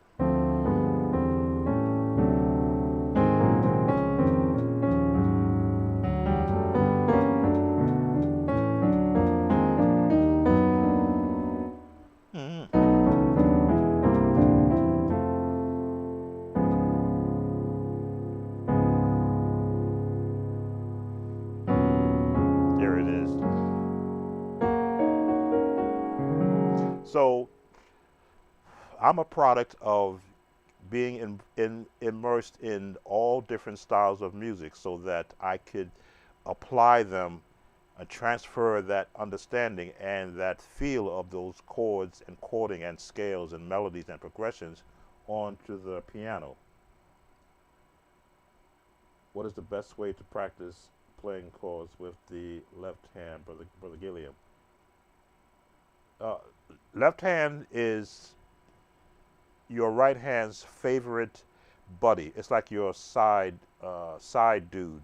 When you want to finish off a chord you can't reach. I use middle C as my split point, but it doesn't mean I can't go and play down below middle C. But for my left hand, it's the actual split point. Who gets middle C?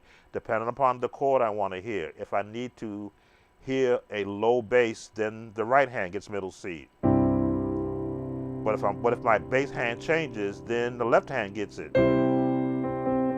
That's my split point. I center myself at middle C so I'll know that I get a good range of where both hands can play. Now the left hand can go up here also.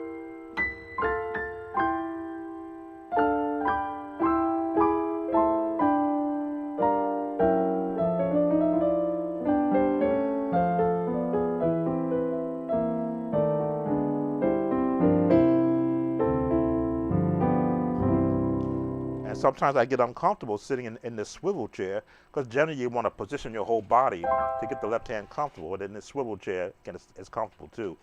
But for the most part, the left hand is a support to the right hand. When I'm doing gospel, my left hand is doing bass and support chords.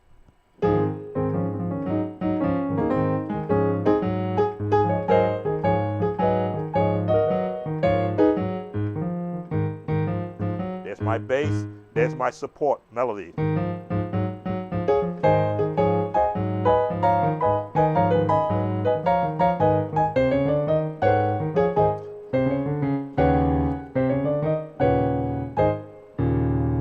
a nice chord, and you switch off when I use the sustain pedal.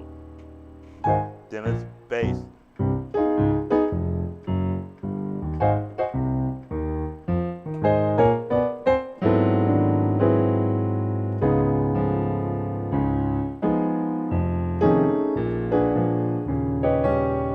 And the way to train the left hand is to have it mimic the right hand, whatever you do.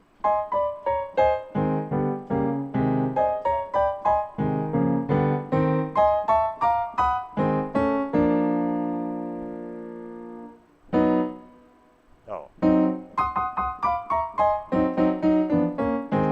Because the left hand has to be trained. It does not, if you're right-handed, as I am, I struggle with the left hand, trying to figure out what am I going to do to get to the notes I want to get to. And I do miss, probably 50% of the time I miss, because I'm thinking 4 or 5 chords ahead, and the left hand plays a part in where those chords are going to be, but I also want to have the bass note. That's why I love playing the organ better, because the foot pedals on the bass takes away that bass note from my left hand, so I can concentrate fully on chords. See, the bass note came in there now.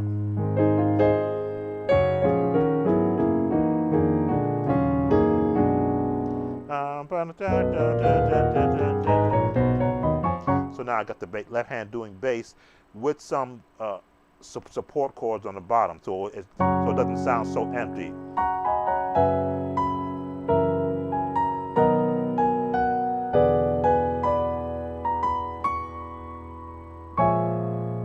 Nope. What happens to all these notes in the middle? So I gotta have a sustain.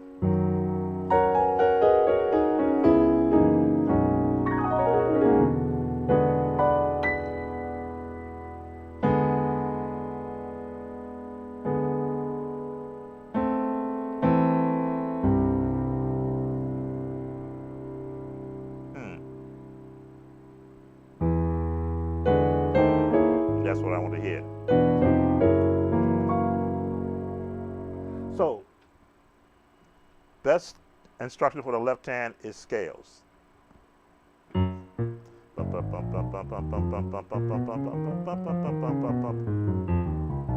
Because you need to know how to separate your hands to form chords. Chromatic scales. So you can hear every potential note that you want the left hand to play. And let C be the split point. Rhythmic movement with the left hand. Again, all this is doing is teaching your left hand how to move. If you have this reach, wonderful. It took me a while to get this stretch in. Some guys can stretch out to here. I can't do that yet.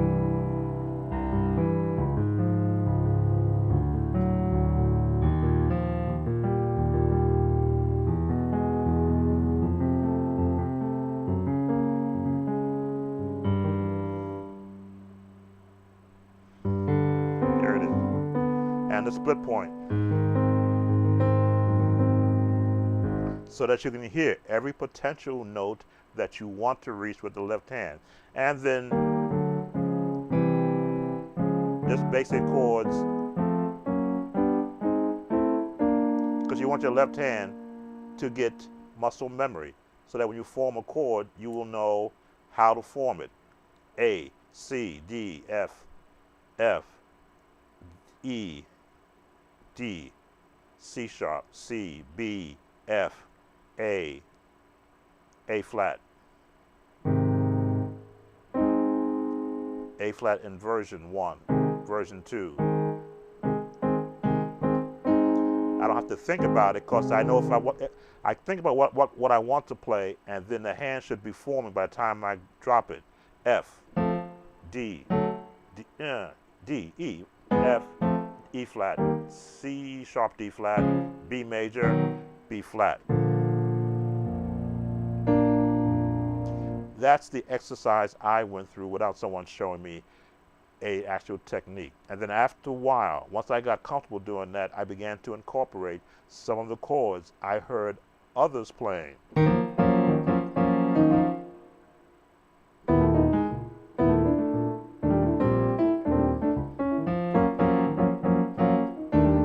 Huh.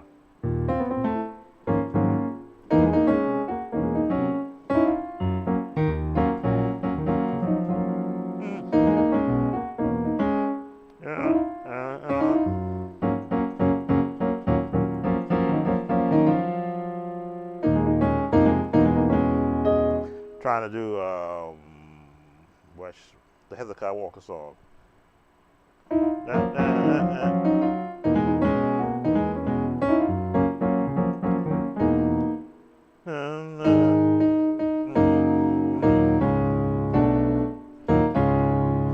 Wow, I've forgotten that song. Why should I worry? Why should I fret? Every promise kept. I look so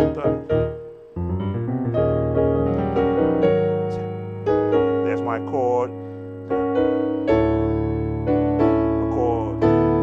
Chord. Coming. It's coming.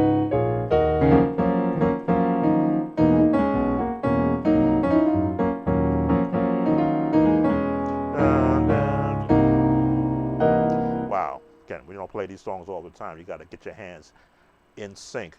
But that's what it's all about, is constant playing. There's very few days in my life where I have not been practicing something just to keep the hands lubricated. Now I'm 68 years old, thank God. Looking at 69 the next year, in the next few months. But I'm still as comfortable doing this as I was when I was 14 years old, trying to figure out how can I play every note without someone to show me how to properly do it. And do it staccato, which is what I did in school.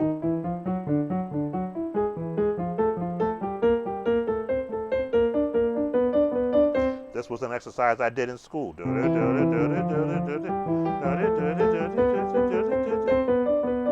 On my instrument. So I would go to the piano, knowing what the notes were, and I would practice it on the piano, trying to find out what keys or what fingering I could use without knowing the correct fingering to try and to duplicate that sound. Okay, Dimitri, welcome. And again, thank you for those who have been with me now. We're here going on 2 hours and 11 minutes. Let's get back to, we probably will not get to all of these songs because I do need to break for lunch. So let's look and see what still I haven't gotten to. Wrong page. Here we go.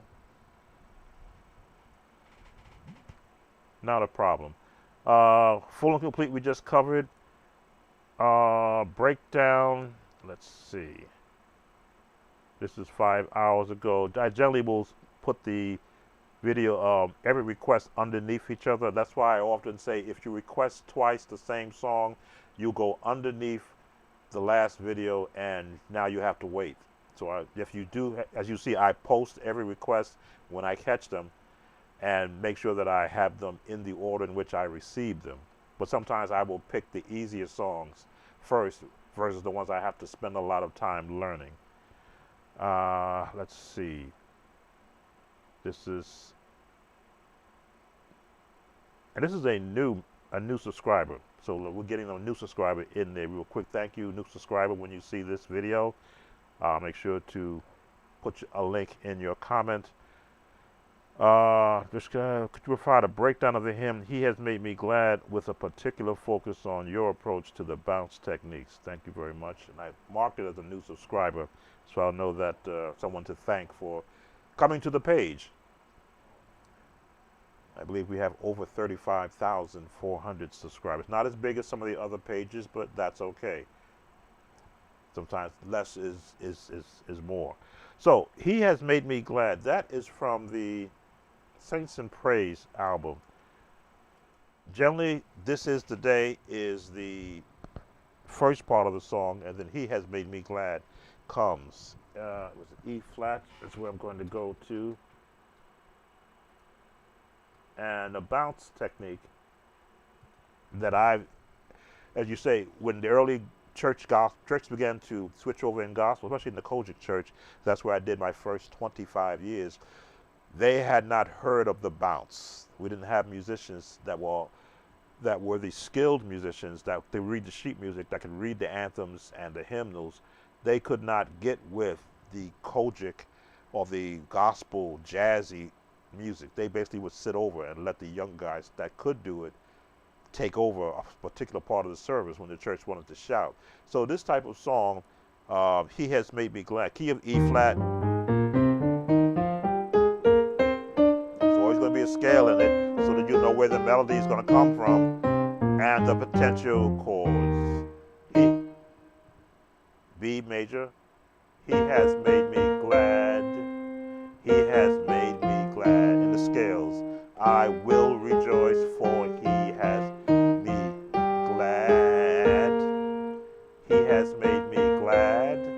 I can't sing. He has made me glad. I will rejoice, for He has made.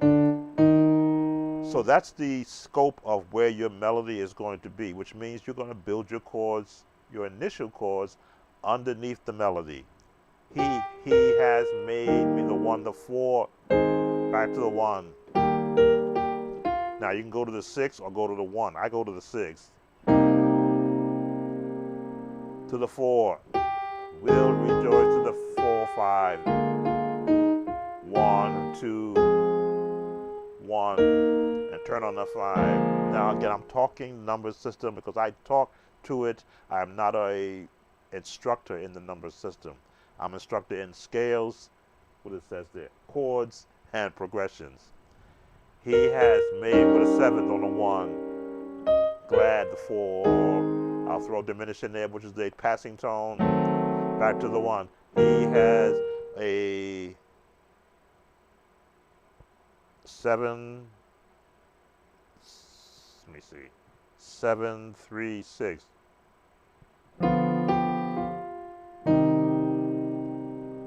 Another diminished chord, 4, 5. All right, so let's do that with a rhythm because you got to think about church. Let's slow the rhythm down to 85 so you can see how to bounce. I will enter His gates with thanksgiving in my heart. I will enter His courts with praise. My left hand, I will say this is the day that the Lord has made. I will rejoice, for He has made me glad.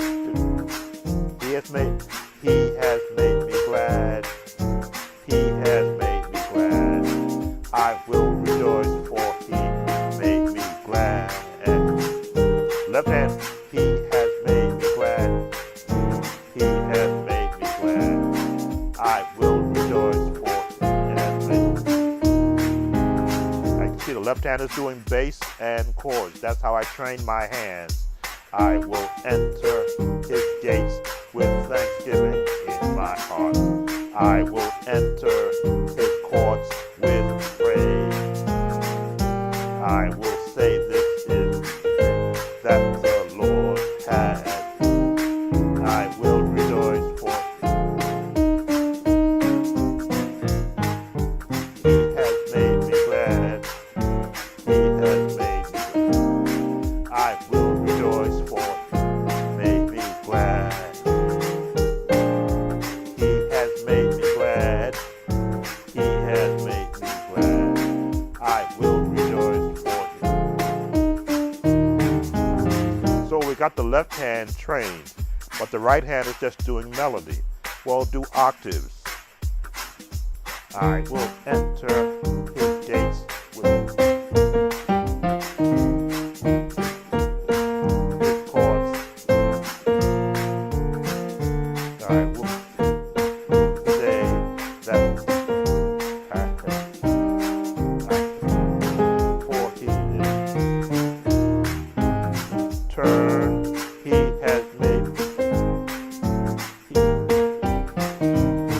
I will rejoice for he is glad. Thank you, left hand. He has made me glad. He has made me glad. I will rejoice for him. So now I'm building my path. Right hand chord. I will enter his gates with thanksgiving in my heart. I will enter his courts with three-part chords. I will say this is the day that the Lord has made. I will rejoice for he has. Now three-part harmony I can hear in any song, and it's from playing hymns. He has made me glad. He has made me glad. I will rejoice for he made me glad and turn. He has made me glad. He has made me glad. I will rejoice for he has. So each time I'm going through it, I'm adding more to it. Now the bounce comes in as the song is going.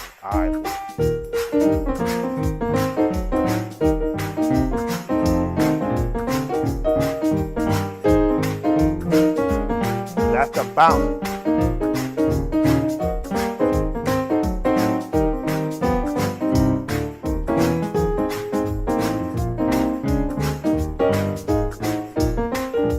He has made me glad.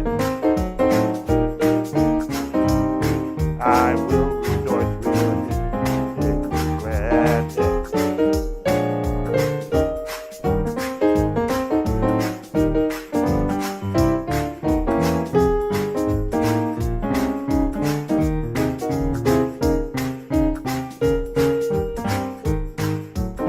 Now the left hand becomes rhythm.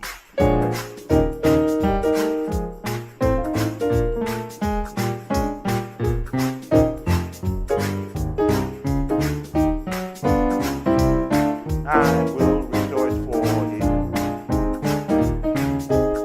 Turn, and that's my jazz background. Has made me glad. He is. Now the right hand bounces also.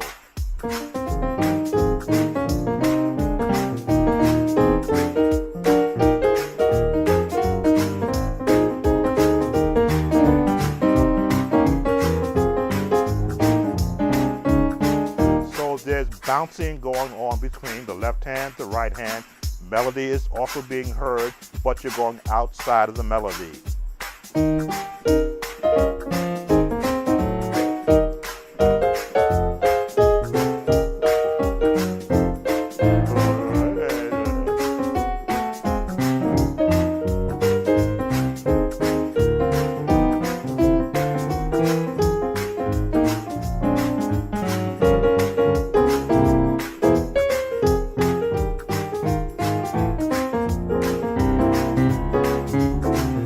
Now you want to bring in everything that you've ever heard someone else do to help support a song that's going to have a set pattern.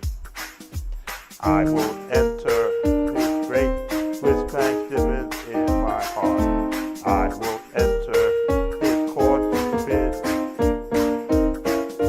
I will say this is the day that the Lord. I will rejoice for He has turned. He has made me glad. I will rejoice for He made me glad. Close quarters.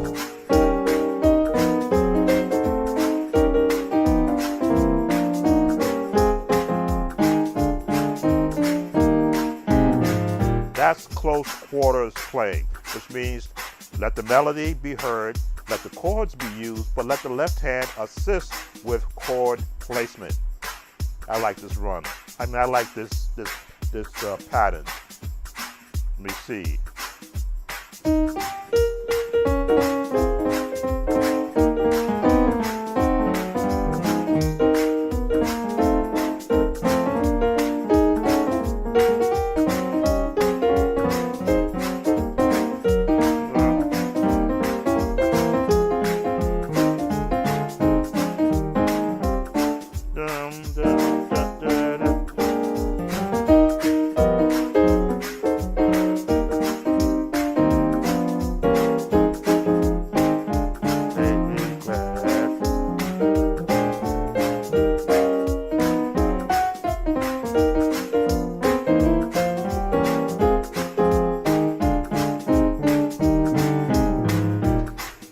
Without bass hand, then the left hand is free to emulate or to assist whichever way your mind is telling you to go.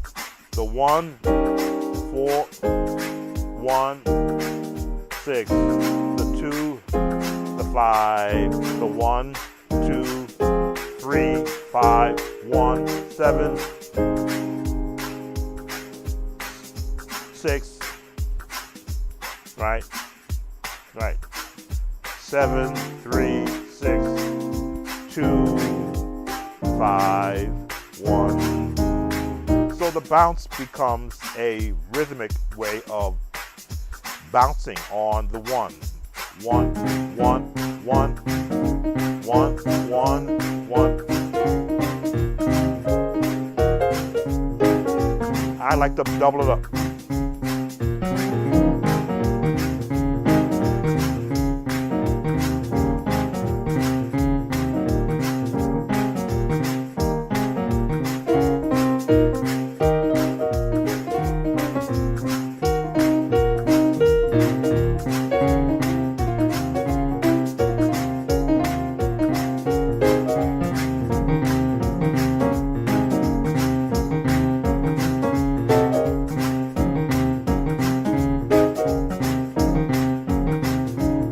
And you're supposed to hear the separation.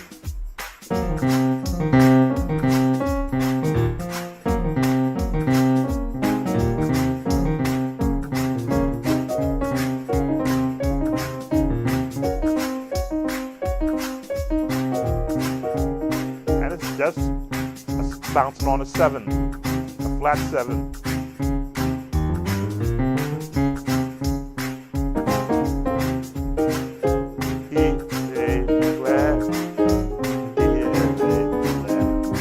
I will rejoice for He made me glad.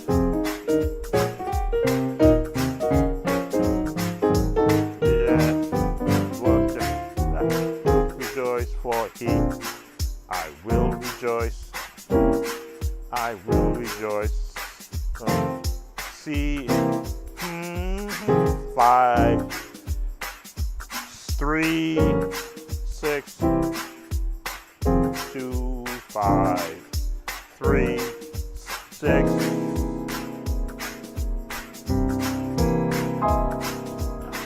Rejoice for He is. Phew. Just trying to think about all the different changes that I could have used or would use as instruction. The idea is to know the song, which is the melody, know the scale the song is built on, which is the major scale, and then all the alternative chords that you can apply just to that scale. Jim Ford, do I get private lessons? Yes, I do. I use Skype for that. Let me just bring up the main page. Okay. Yes, I give private lessons. I need to take a break. On Skype, I've tried Zoom. Zoom is horrible on my system, which I don't understand, but it does not give adequate hearing. You take a swig of water.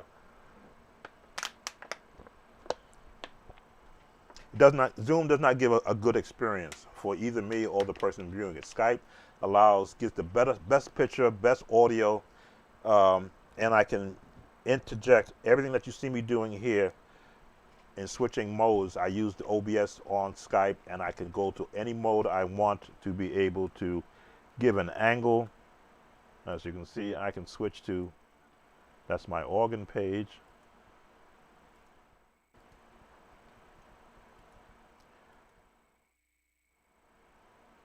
And this was the old school praise songs that I had did, where Alpha and Omega was the very first song in D flat that I covered for piano, complete breakdown and additional chords. But as you can see, I can float around into all of the different pages that I have, which I can do on Skype with a good audio sound. And Skype allows the viewer to record the entire session. So if you are interested in having live sessions with me, I put my email in the chat.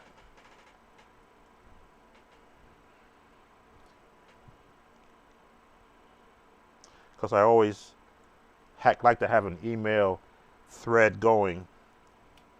So there'll be my spelling.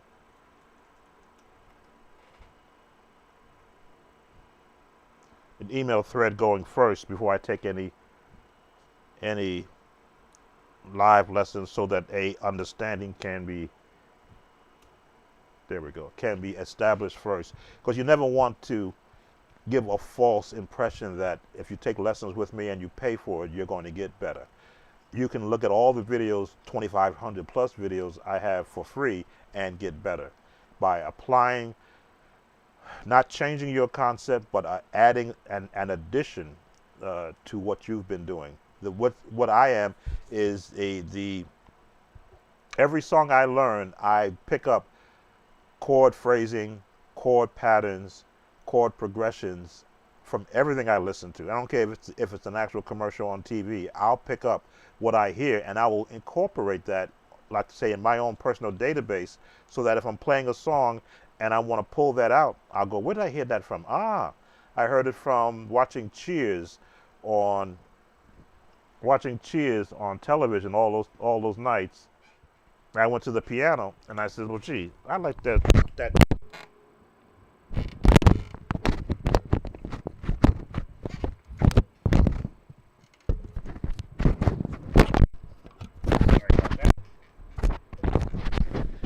That wasn't supposed to happen. When I would listen to Cheers in B flat, I would hear that.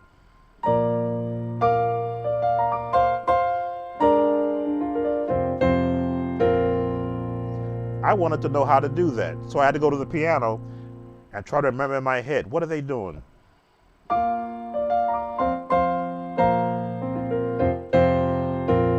And what chord were they finishing on? In B flat.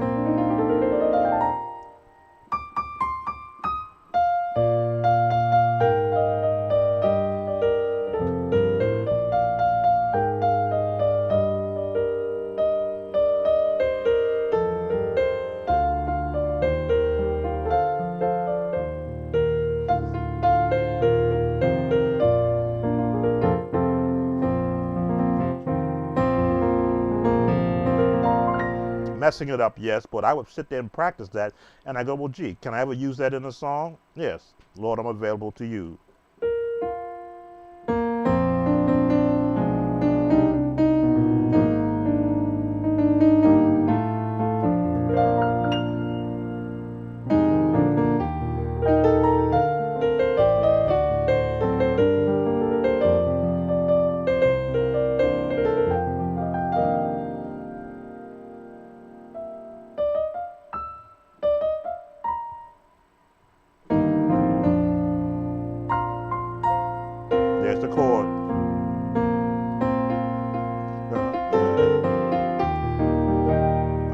forget that song.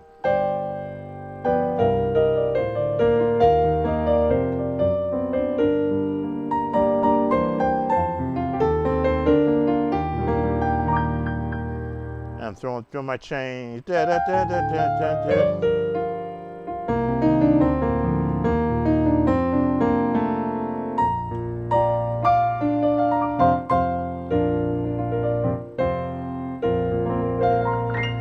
That's what I do. I pick up and I incorporate, and then I see where I can potentially use it, because it's all just music. For those that want to get spiritual and supernatural, you can't play this. Play anything you want, because it's just music. It's just a combination of notes off an instrument. But yes, I do give private lessons. That email will start the conversation where pricing and time and what can be covered is offered. And usually what I will generally do is to assess first what you're asking, and from my ear tell me whether or not you have a skill set for what you're asking, because I'm not here to take advantage of people who want to get better fast. I'm here to help people get better than I did when I was a youngster with no assistance. Again, I wish the Cordy app and video over a keyboard had existed in my earlier days. I would have been much further along, but that's okay. We're here now. Let me see any other questions. Okay, let's look at the list again. Let's see what else we can get to. Full and Complete, we just did. He Has Made Me Glad, we just did. Don't Let the Devil Ride, Please, in the Key of D flat, by Neil Roberson. Okay, already I'm hearing quartet just by the title of the song, Don't Let the Devil Ride. I'll have to listen to it and see what it sounds like. We're getting down on the list. We got one more left, I believe. That one more left? No, two more left. Three more left. Okay, we may just get to one more. I'm going to take a break because I haven't had lunch yet. Let's switch our page. And excuse my side while I pull up Don't Let the Devil Ride by Neil Roberson. I'll let you hear it. Don't Let the Devil Ride. There it is, Neil Roberson. As I say, I always like to do the album versions and not live, because lives are different. The album version will give me the most pure production. So let's go to the album version. Hey folks, Donald Trump Jr. here with and we'll pipe the sound in so you can hear, because quartet to pay attention. In 2022 and 2020, quartet music has its own flavor to it.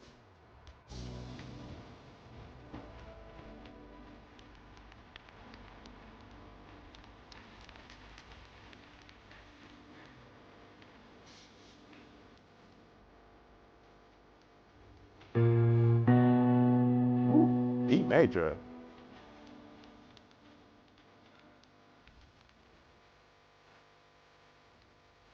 Okay.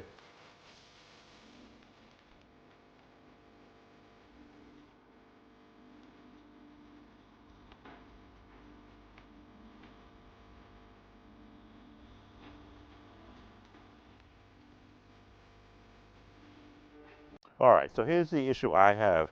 When the viewer gives me a song in one key and wants me to put it in a different key, that means I have to learn it in that one key and then in my own time convert it to the newer key. That's a little unfair. If that musician cannot play in B major, then that's the question to ask. But sometimes that other key may be the only key that their group that they're going to play it for can sing in. So I always got to weigh in the factors of how much time am I going to spend on a song to learn it, and then now got to spend more time to convert it to a newer key and then turn it into a lesson. So I'm very lenient with that, but going forward, I'm going to start to question, is it comfortable in D flat and you don't want to learn it in B major? Let's get you comfortable in B major. So we're going to do this in B major.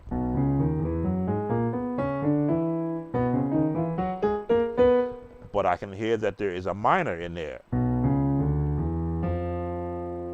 Harmonic minor.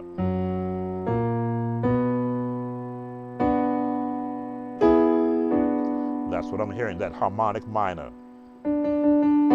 That's the minor. Again, that's not hard to go up in the D flat. But let's hear what else is happening in here. Lord, let the devil ride. Can I tell you what happened? If you let him ride, you wanna drive, don't let. All right, so jazz.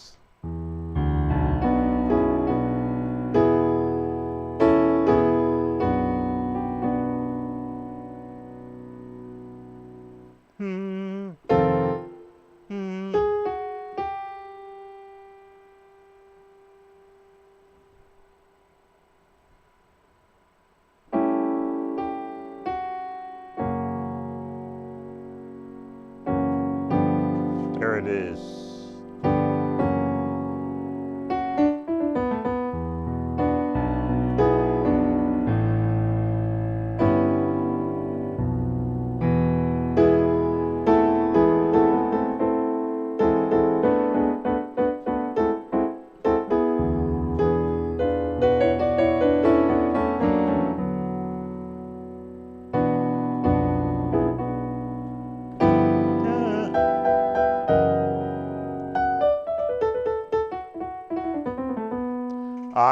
I'm looking at the scale that's in front of me, B minor scale, which is like being in G.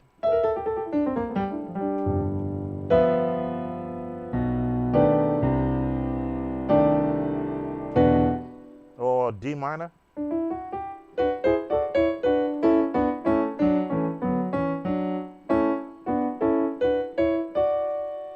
To get comfortable.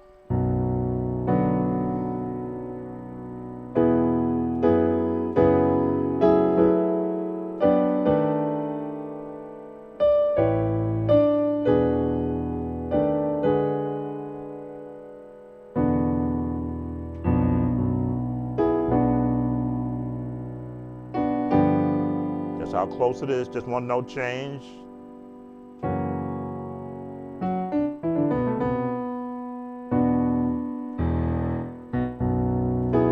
In my head, I'm thinking I got to transpose this up to D flat. So I'm seeing the patterns that the song is using. Let's listen some more.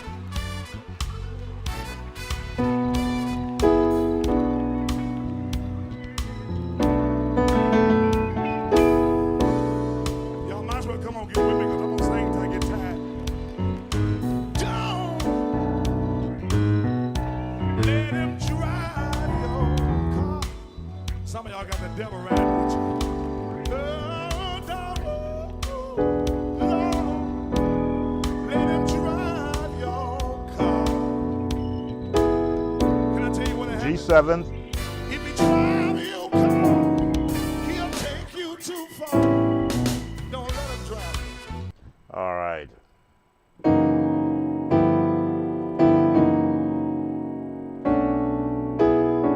Now, it could be here or could be here.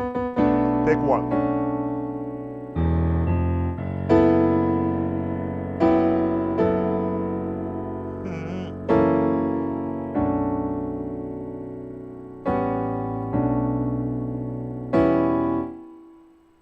Okay.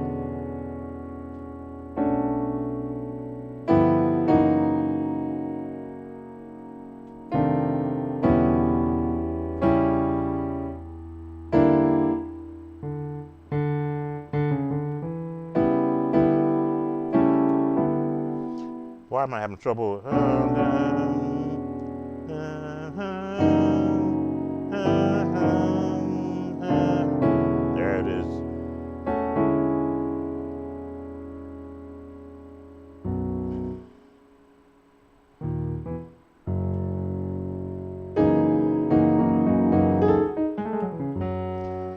Circle of fourths in this type of music is what's in play. There's the 1 and the minor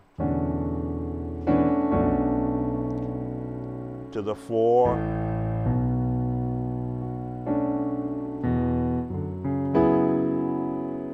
A circle of fifths, I just say. To the 4.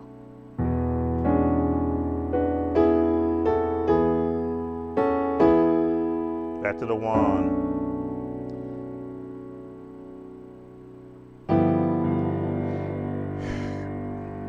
The minor 3, right? 1, 2, 3, 4, 5, 6, minor 6 to the 5.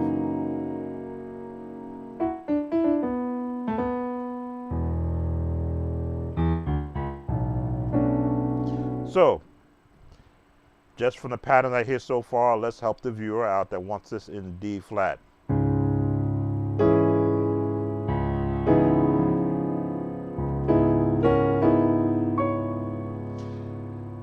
If you know preacher chords, that's where you're at.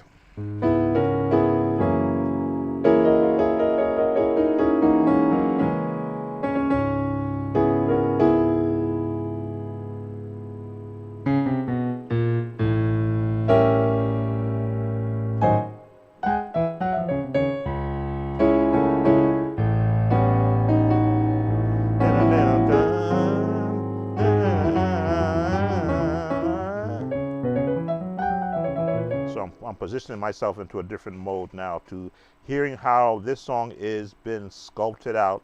It's in minor.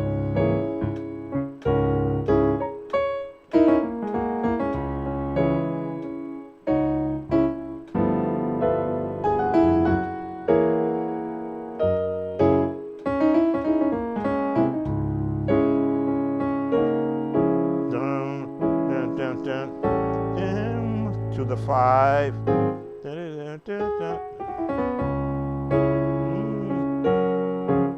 It's almost like that Stevie Wonder song.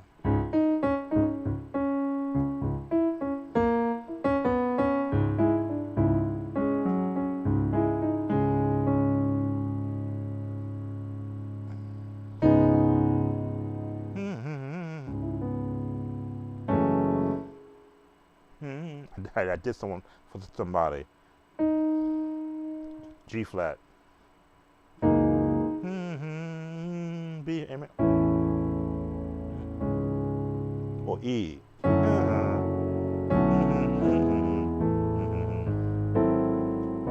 had to remember what key it was in a different key. Because G minor is in the G minor. D. C sharp or D flat minor is like in E flat, E scale.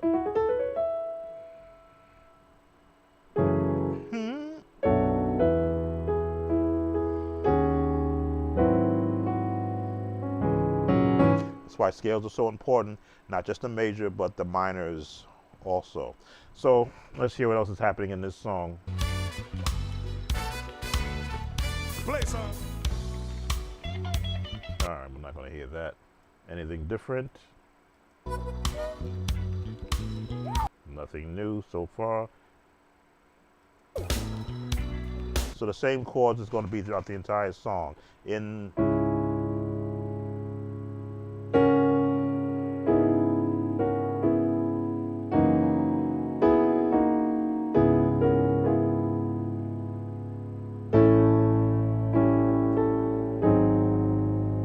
turn and back into, as you can see, 1 note change.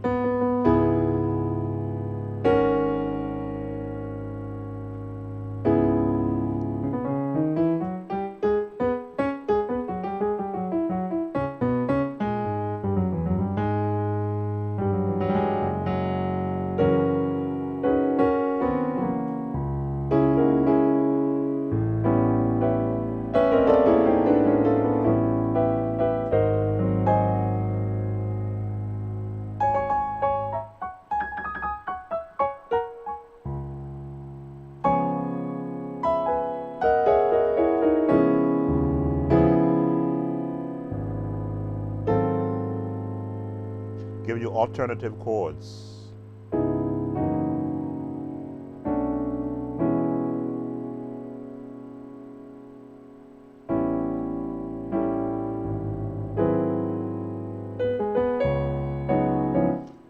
take off your preacher chords, and this song will fall into place. All right. Welcome, Gwen. Glad to have you. Let's look at the list and see. I believe it was wrong page. Here we go. Don't level double right, D flat. Neil Robinson would like it. I would like it. Okay, you want it on the easy level. Okay, that's what I was able to give you on an easy. Think of the preacher chords. The 1, 4, 5, sharp 5 to the 5, and then to the 1. So there is no way. Ricky Dillard. I'm familiar with the song. Ricky Dillard's version. It's just a modernized version of the song. Again, I never know the skill set of the musician asking. There is no way. Ricky Dillard comes up first, which means I've done it in the past. Have I? No, I haven't. All right. Malaco, which means I cannot air it. Their lawyers will come after me, so let me just take the audio off.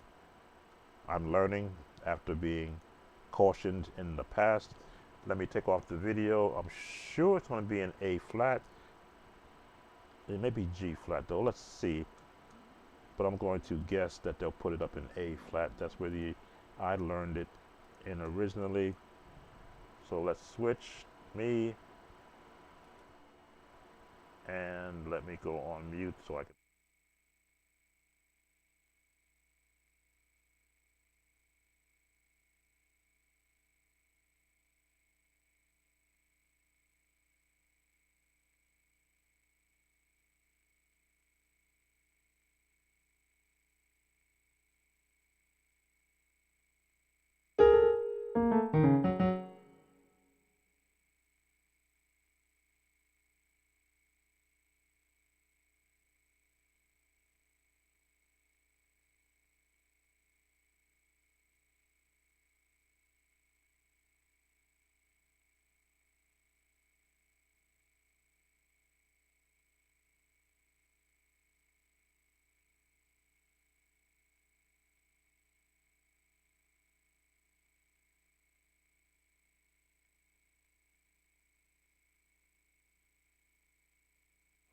All right, so G flat is the key they're using. Choir members, okay, first I'll do our scale.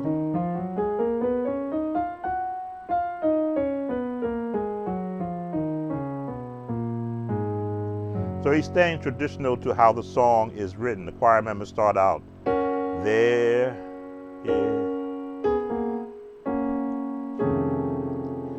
passing tone, 3, 6, 2, I can live, 5, the 1 with this.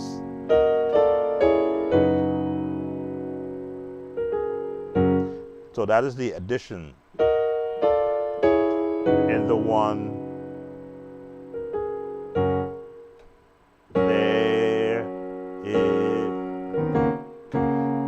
This is the chord I like to use. Passing tone to get to the 3. No way to the 6.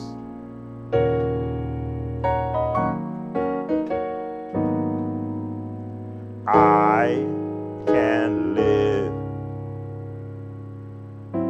without you.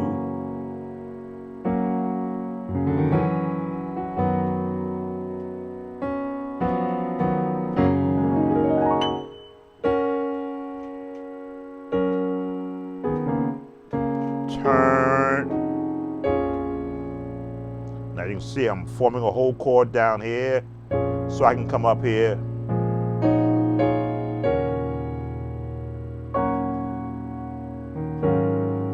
I can go on. I can go on. Half a step up.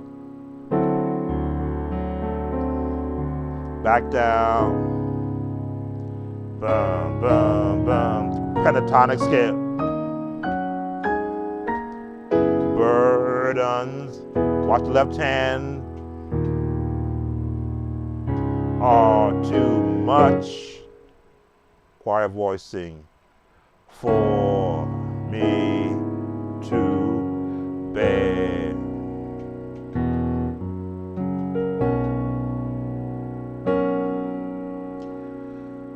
Two, three, four, three. What? There is no way. 2, 5. Again, this is the lesson.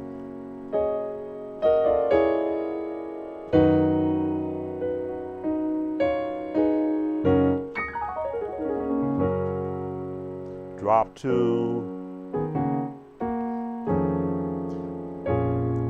Now, these chords are mimicking the soprano, alto, and the tenor voices, but look at all the chords that you can put in between passing tones.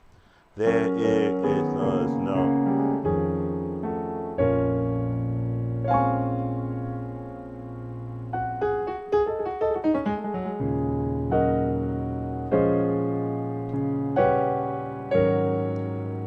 I can live.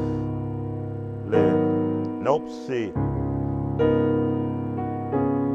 I can live without you.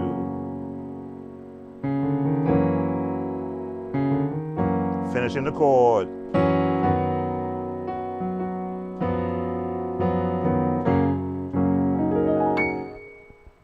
All right, so as I say, I'm familiar with the song already. Let's hear what else new that they may have put in there. That's traditional way.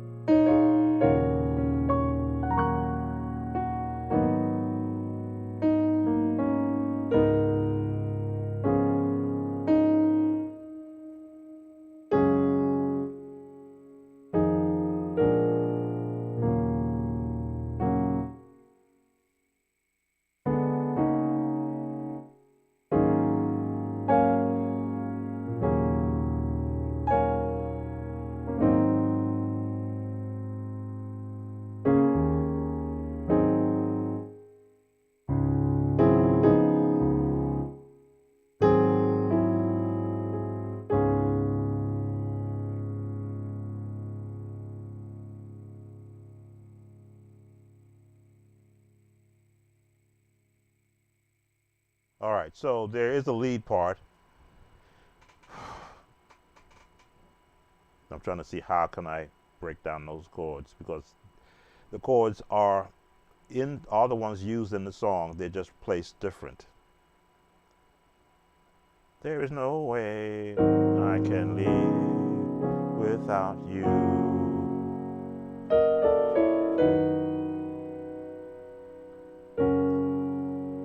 The lead starts this turn 7, 3, 6, 2, 5, and the 1 with this chord. Then they're going to go to the 7, back to the 3, and to the 6. But this is the chord they're using on the 6. Now there's some passing tones, but this is just for lesson 6, 3, 2. This chord still on the 2 to the 5.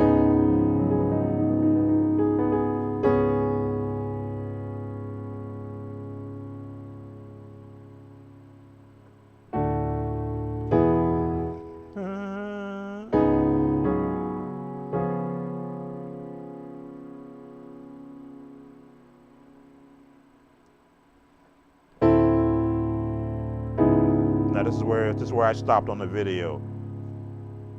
The chords are now going to become familiar. I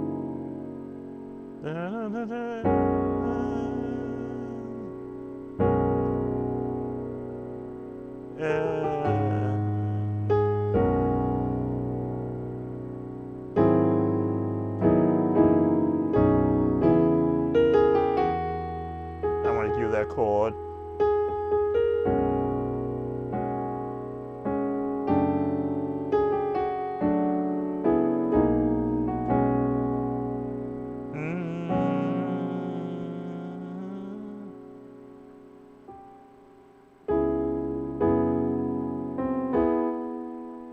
There it is.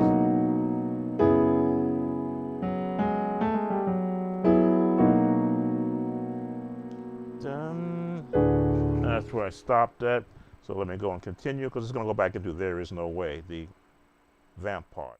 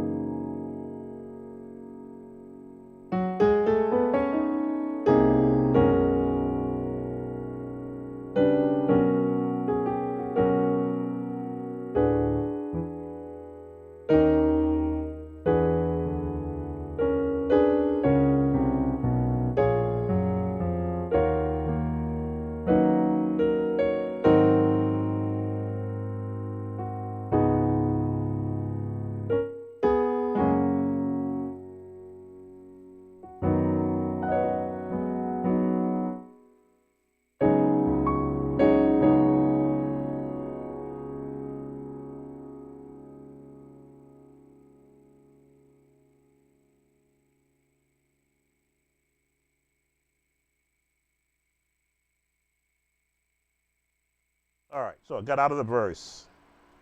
And now they're going into the I Have Tried, which is just a pattern from the 5.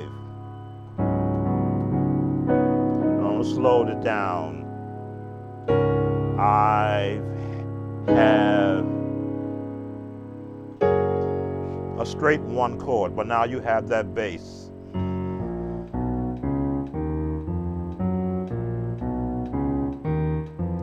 Which is why I stress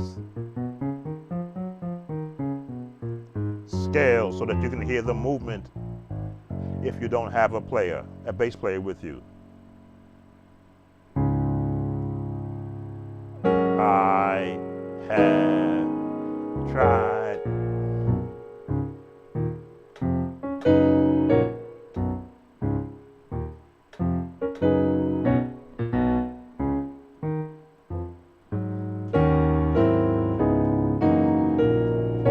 They turn 6 to 5, flat 7,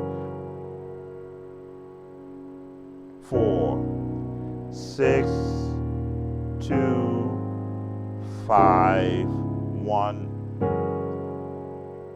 4. For those who count the number system, 6,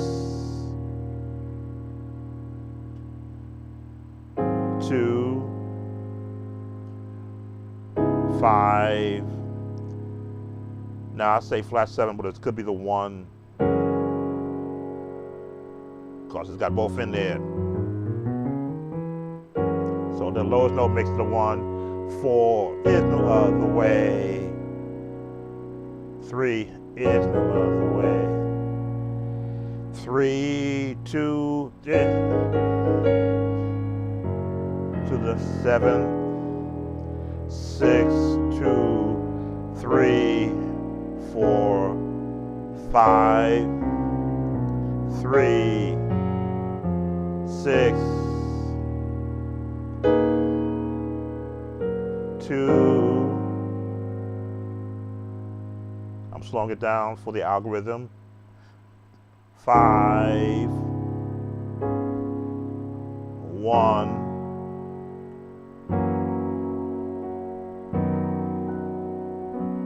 Change key to G.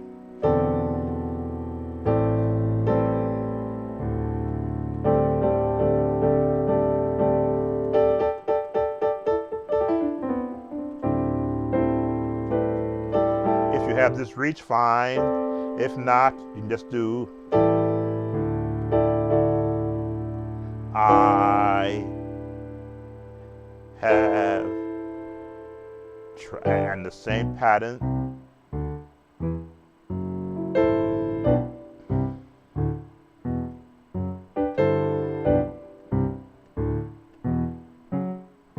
Six, 2, 5, 1, 4,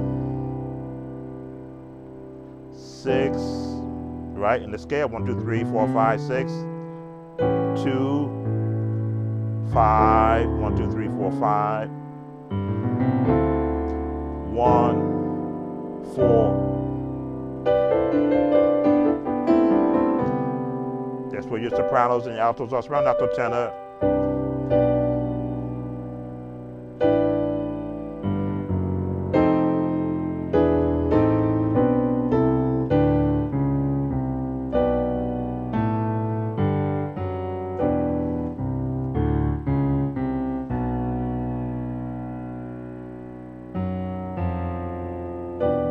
Your bass patterns.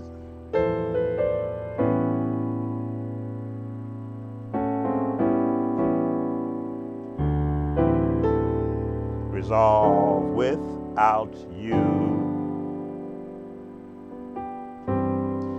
Change the key and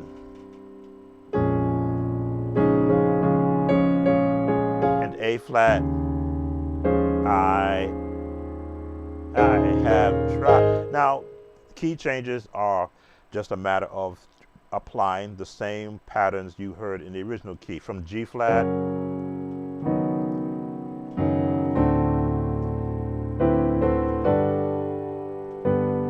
G up to A flat.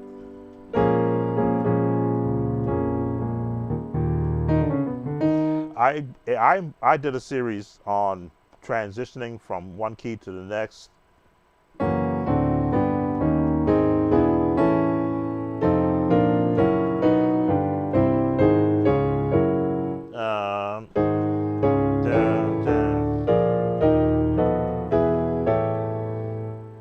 B, right? F. That's how easy it is. Applying in a circle of fourths, applying a seventh chord. So if you're here, put that seventh to the 4, 1, 2, 3, 4. If you're here, put that seventh on that 5, 1, 2, 3, 4. Once you understand all these terminologies that have been applied to the understanding of music, you will see where it's just chords and placement of your fingers. So I have tried. Same scale.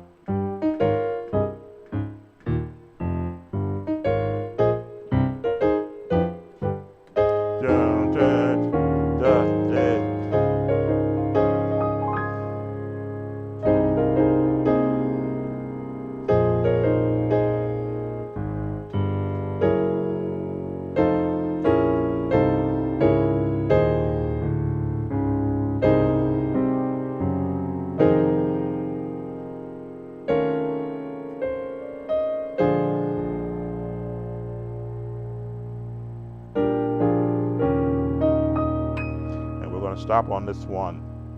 Without you.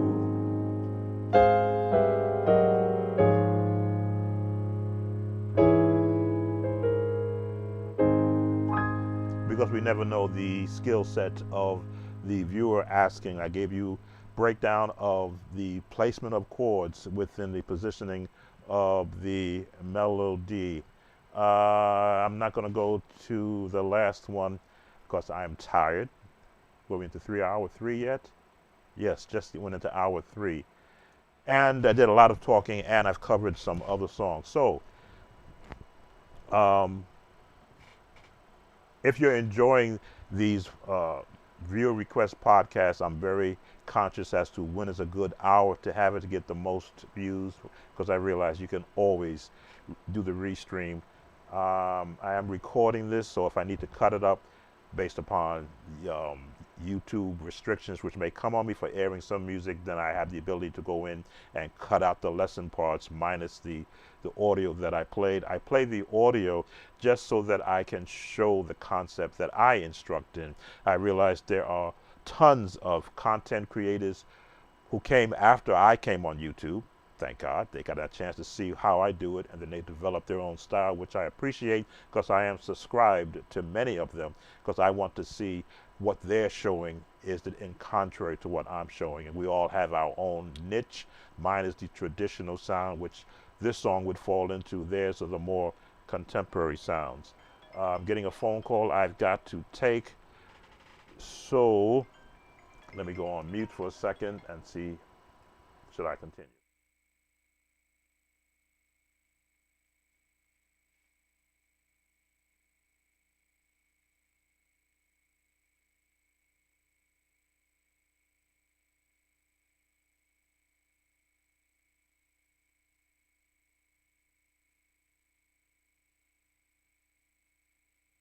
Yes, so I am now the Uber Eats driver. I've got to go pick up lunch for the wife. So thank you all for spending this afternoon with me. Welcome, Jeff. And I hope that I was able to share something tangible for the viewers. I will put the timestamps in later on today when I get back from Uber Eats delivery, or pickup, I should say. And as always, if you have a question, put it in the chat, in the comment section after the video has been posted. I will see that pop up. If you have a future request, I'm down to 1 now, I believe, left, so I've got space for more, but I'm also learning software. I'm also taking jazz courses from some great, I think Open Studio is my main person to learn jazz from. I'm learning techniques that I'd only dreamed of learning when I was younger, so I'm learning those techniques from there. And I implore you to visit other content creators that are also in this space, because we all have something to show and share for musicians of this day. If you've been keeping up with what's happening in the musician world, we are losing talented musicians younger than I am. It got me sometimes looking behind me, saying, "Gee, these people are leaving here so quickly, and they're younger than I am." But this is how life is. You make the best of your time while you're here. You share with as many as you can while you're here, and you hope to leave a lasting impression for those who may gather an inspiration from what you have done.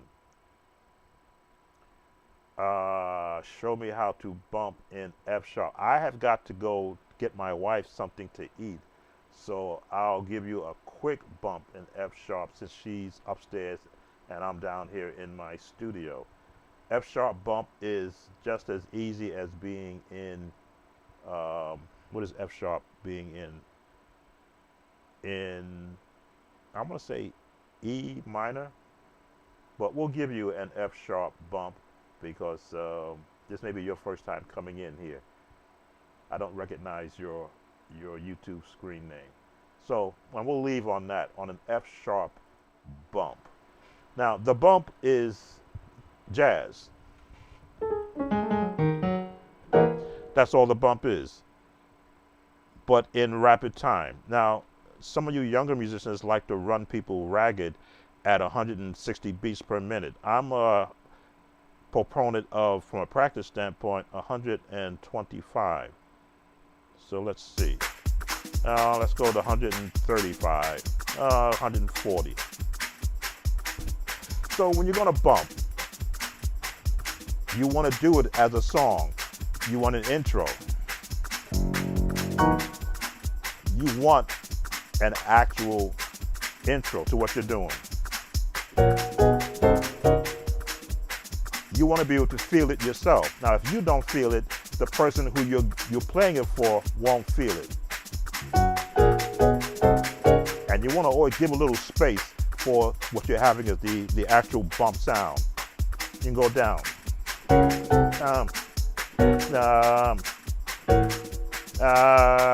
Where was I? Bum, bum, bum, bum. There it is. That's what I meant to do. Again, F sharp bump is what you're looking for, is make it a song. And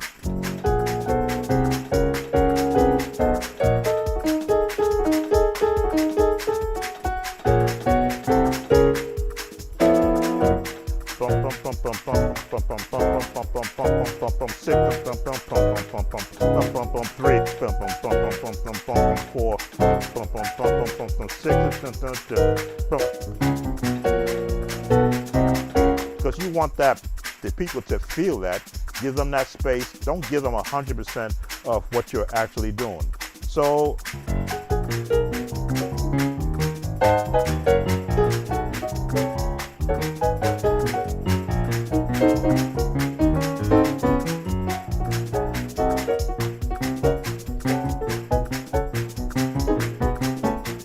pops.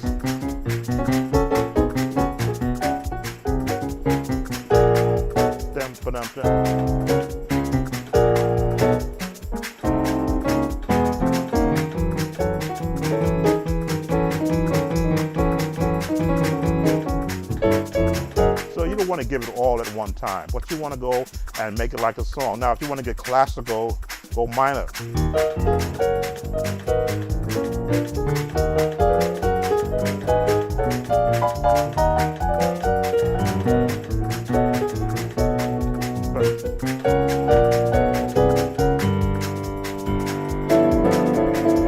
And you got to have, of course, a storehouse of chords to go to.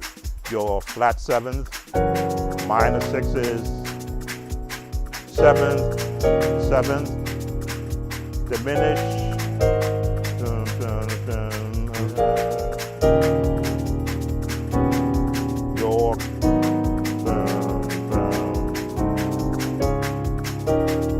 decline. And of course, if you don't have a bass player, you need a left hand.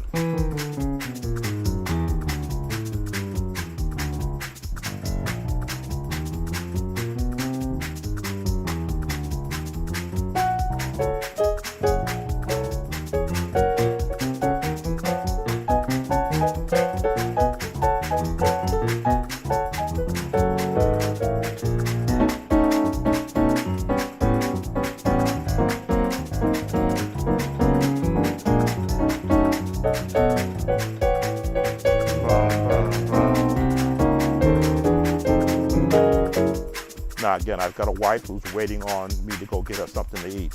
A little run. Old school.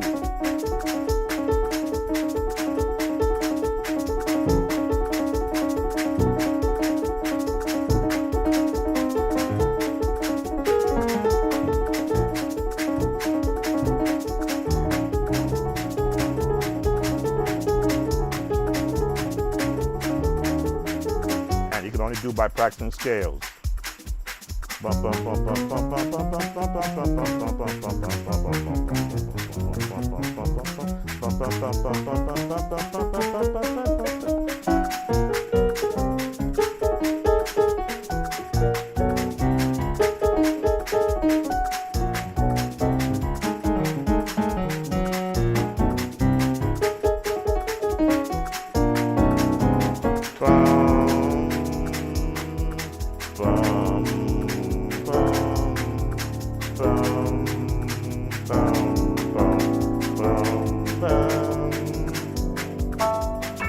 And to your close. that'll be all for G flat. Thank you all for spending some time. I got to go and play Uber Eats. You know what I mean? I thank everybody, so I'm going to thank you all at one time. Thank you all for spending this afternoon with me, or morning into afternoon. I don't know when the next one will be, but as you see, I'm working on quite a bit, and also delivery. So take care.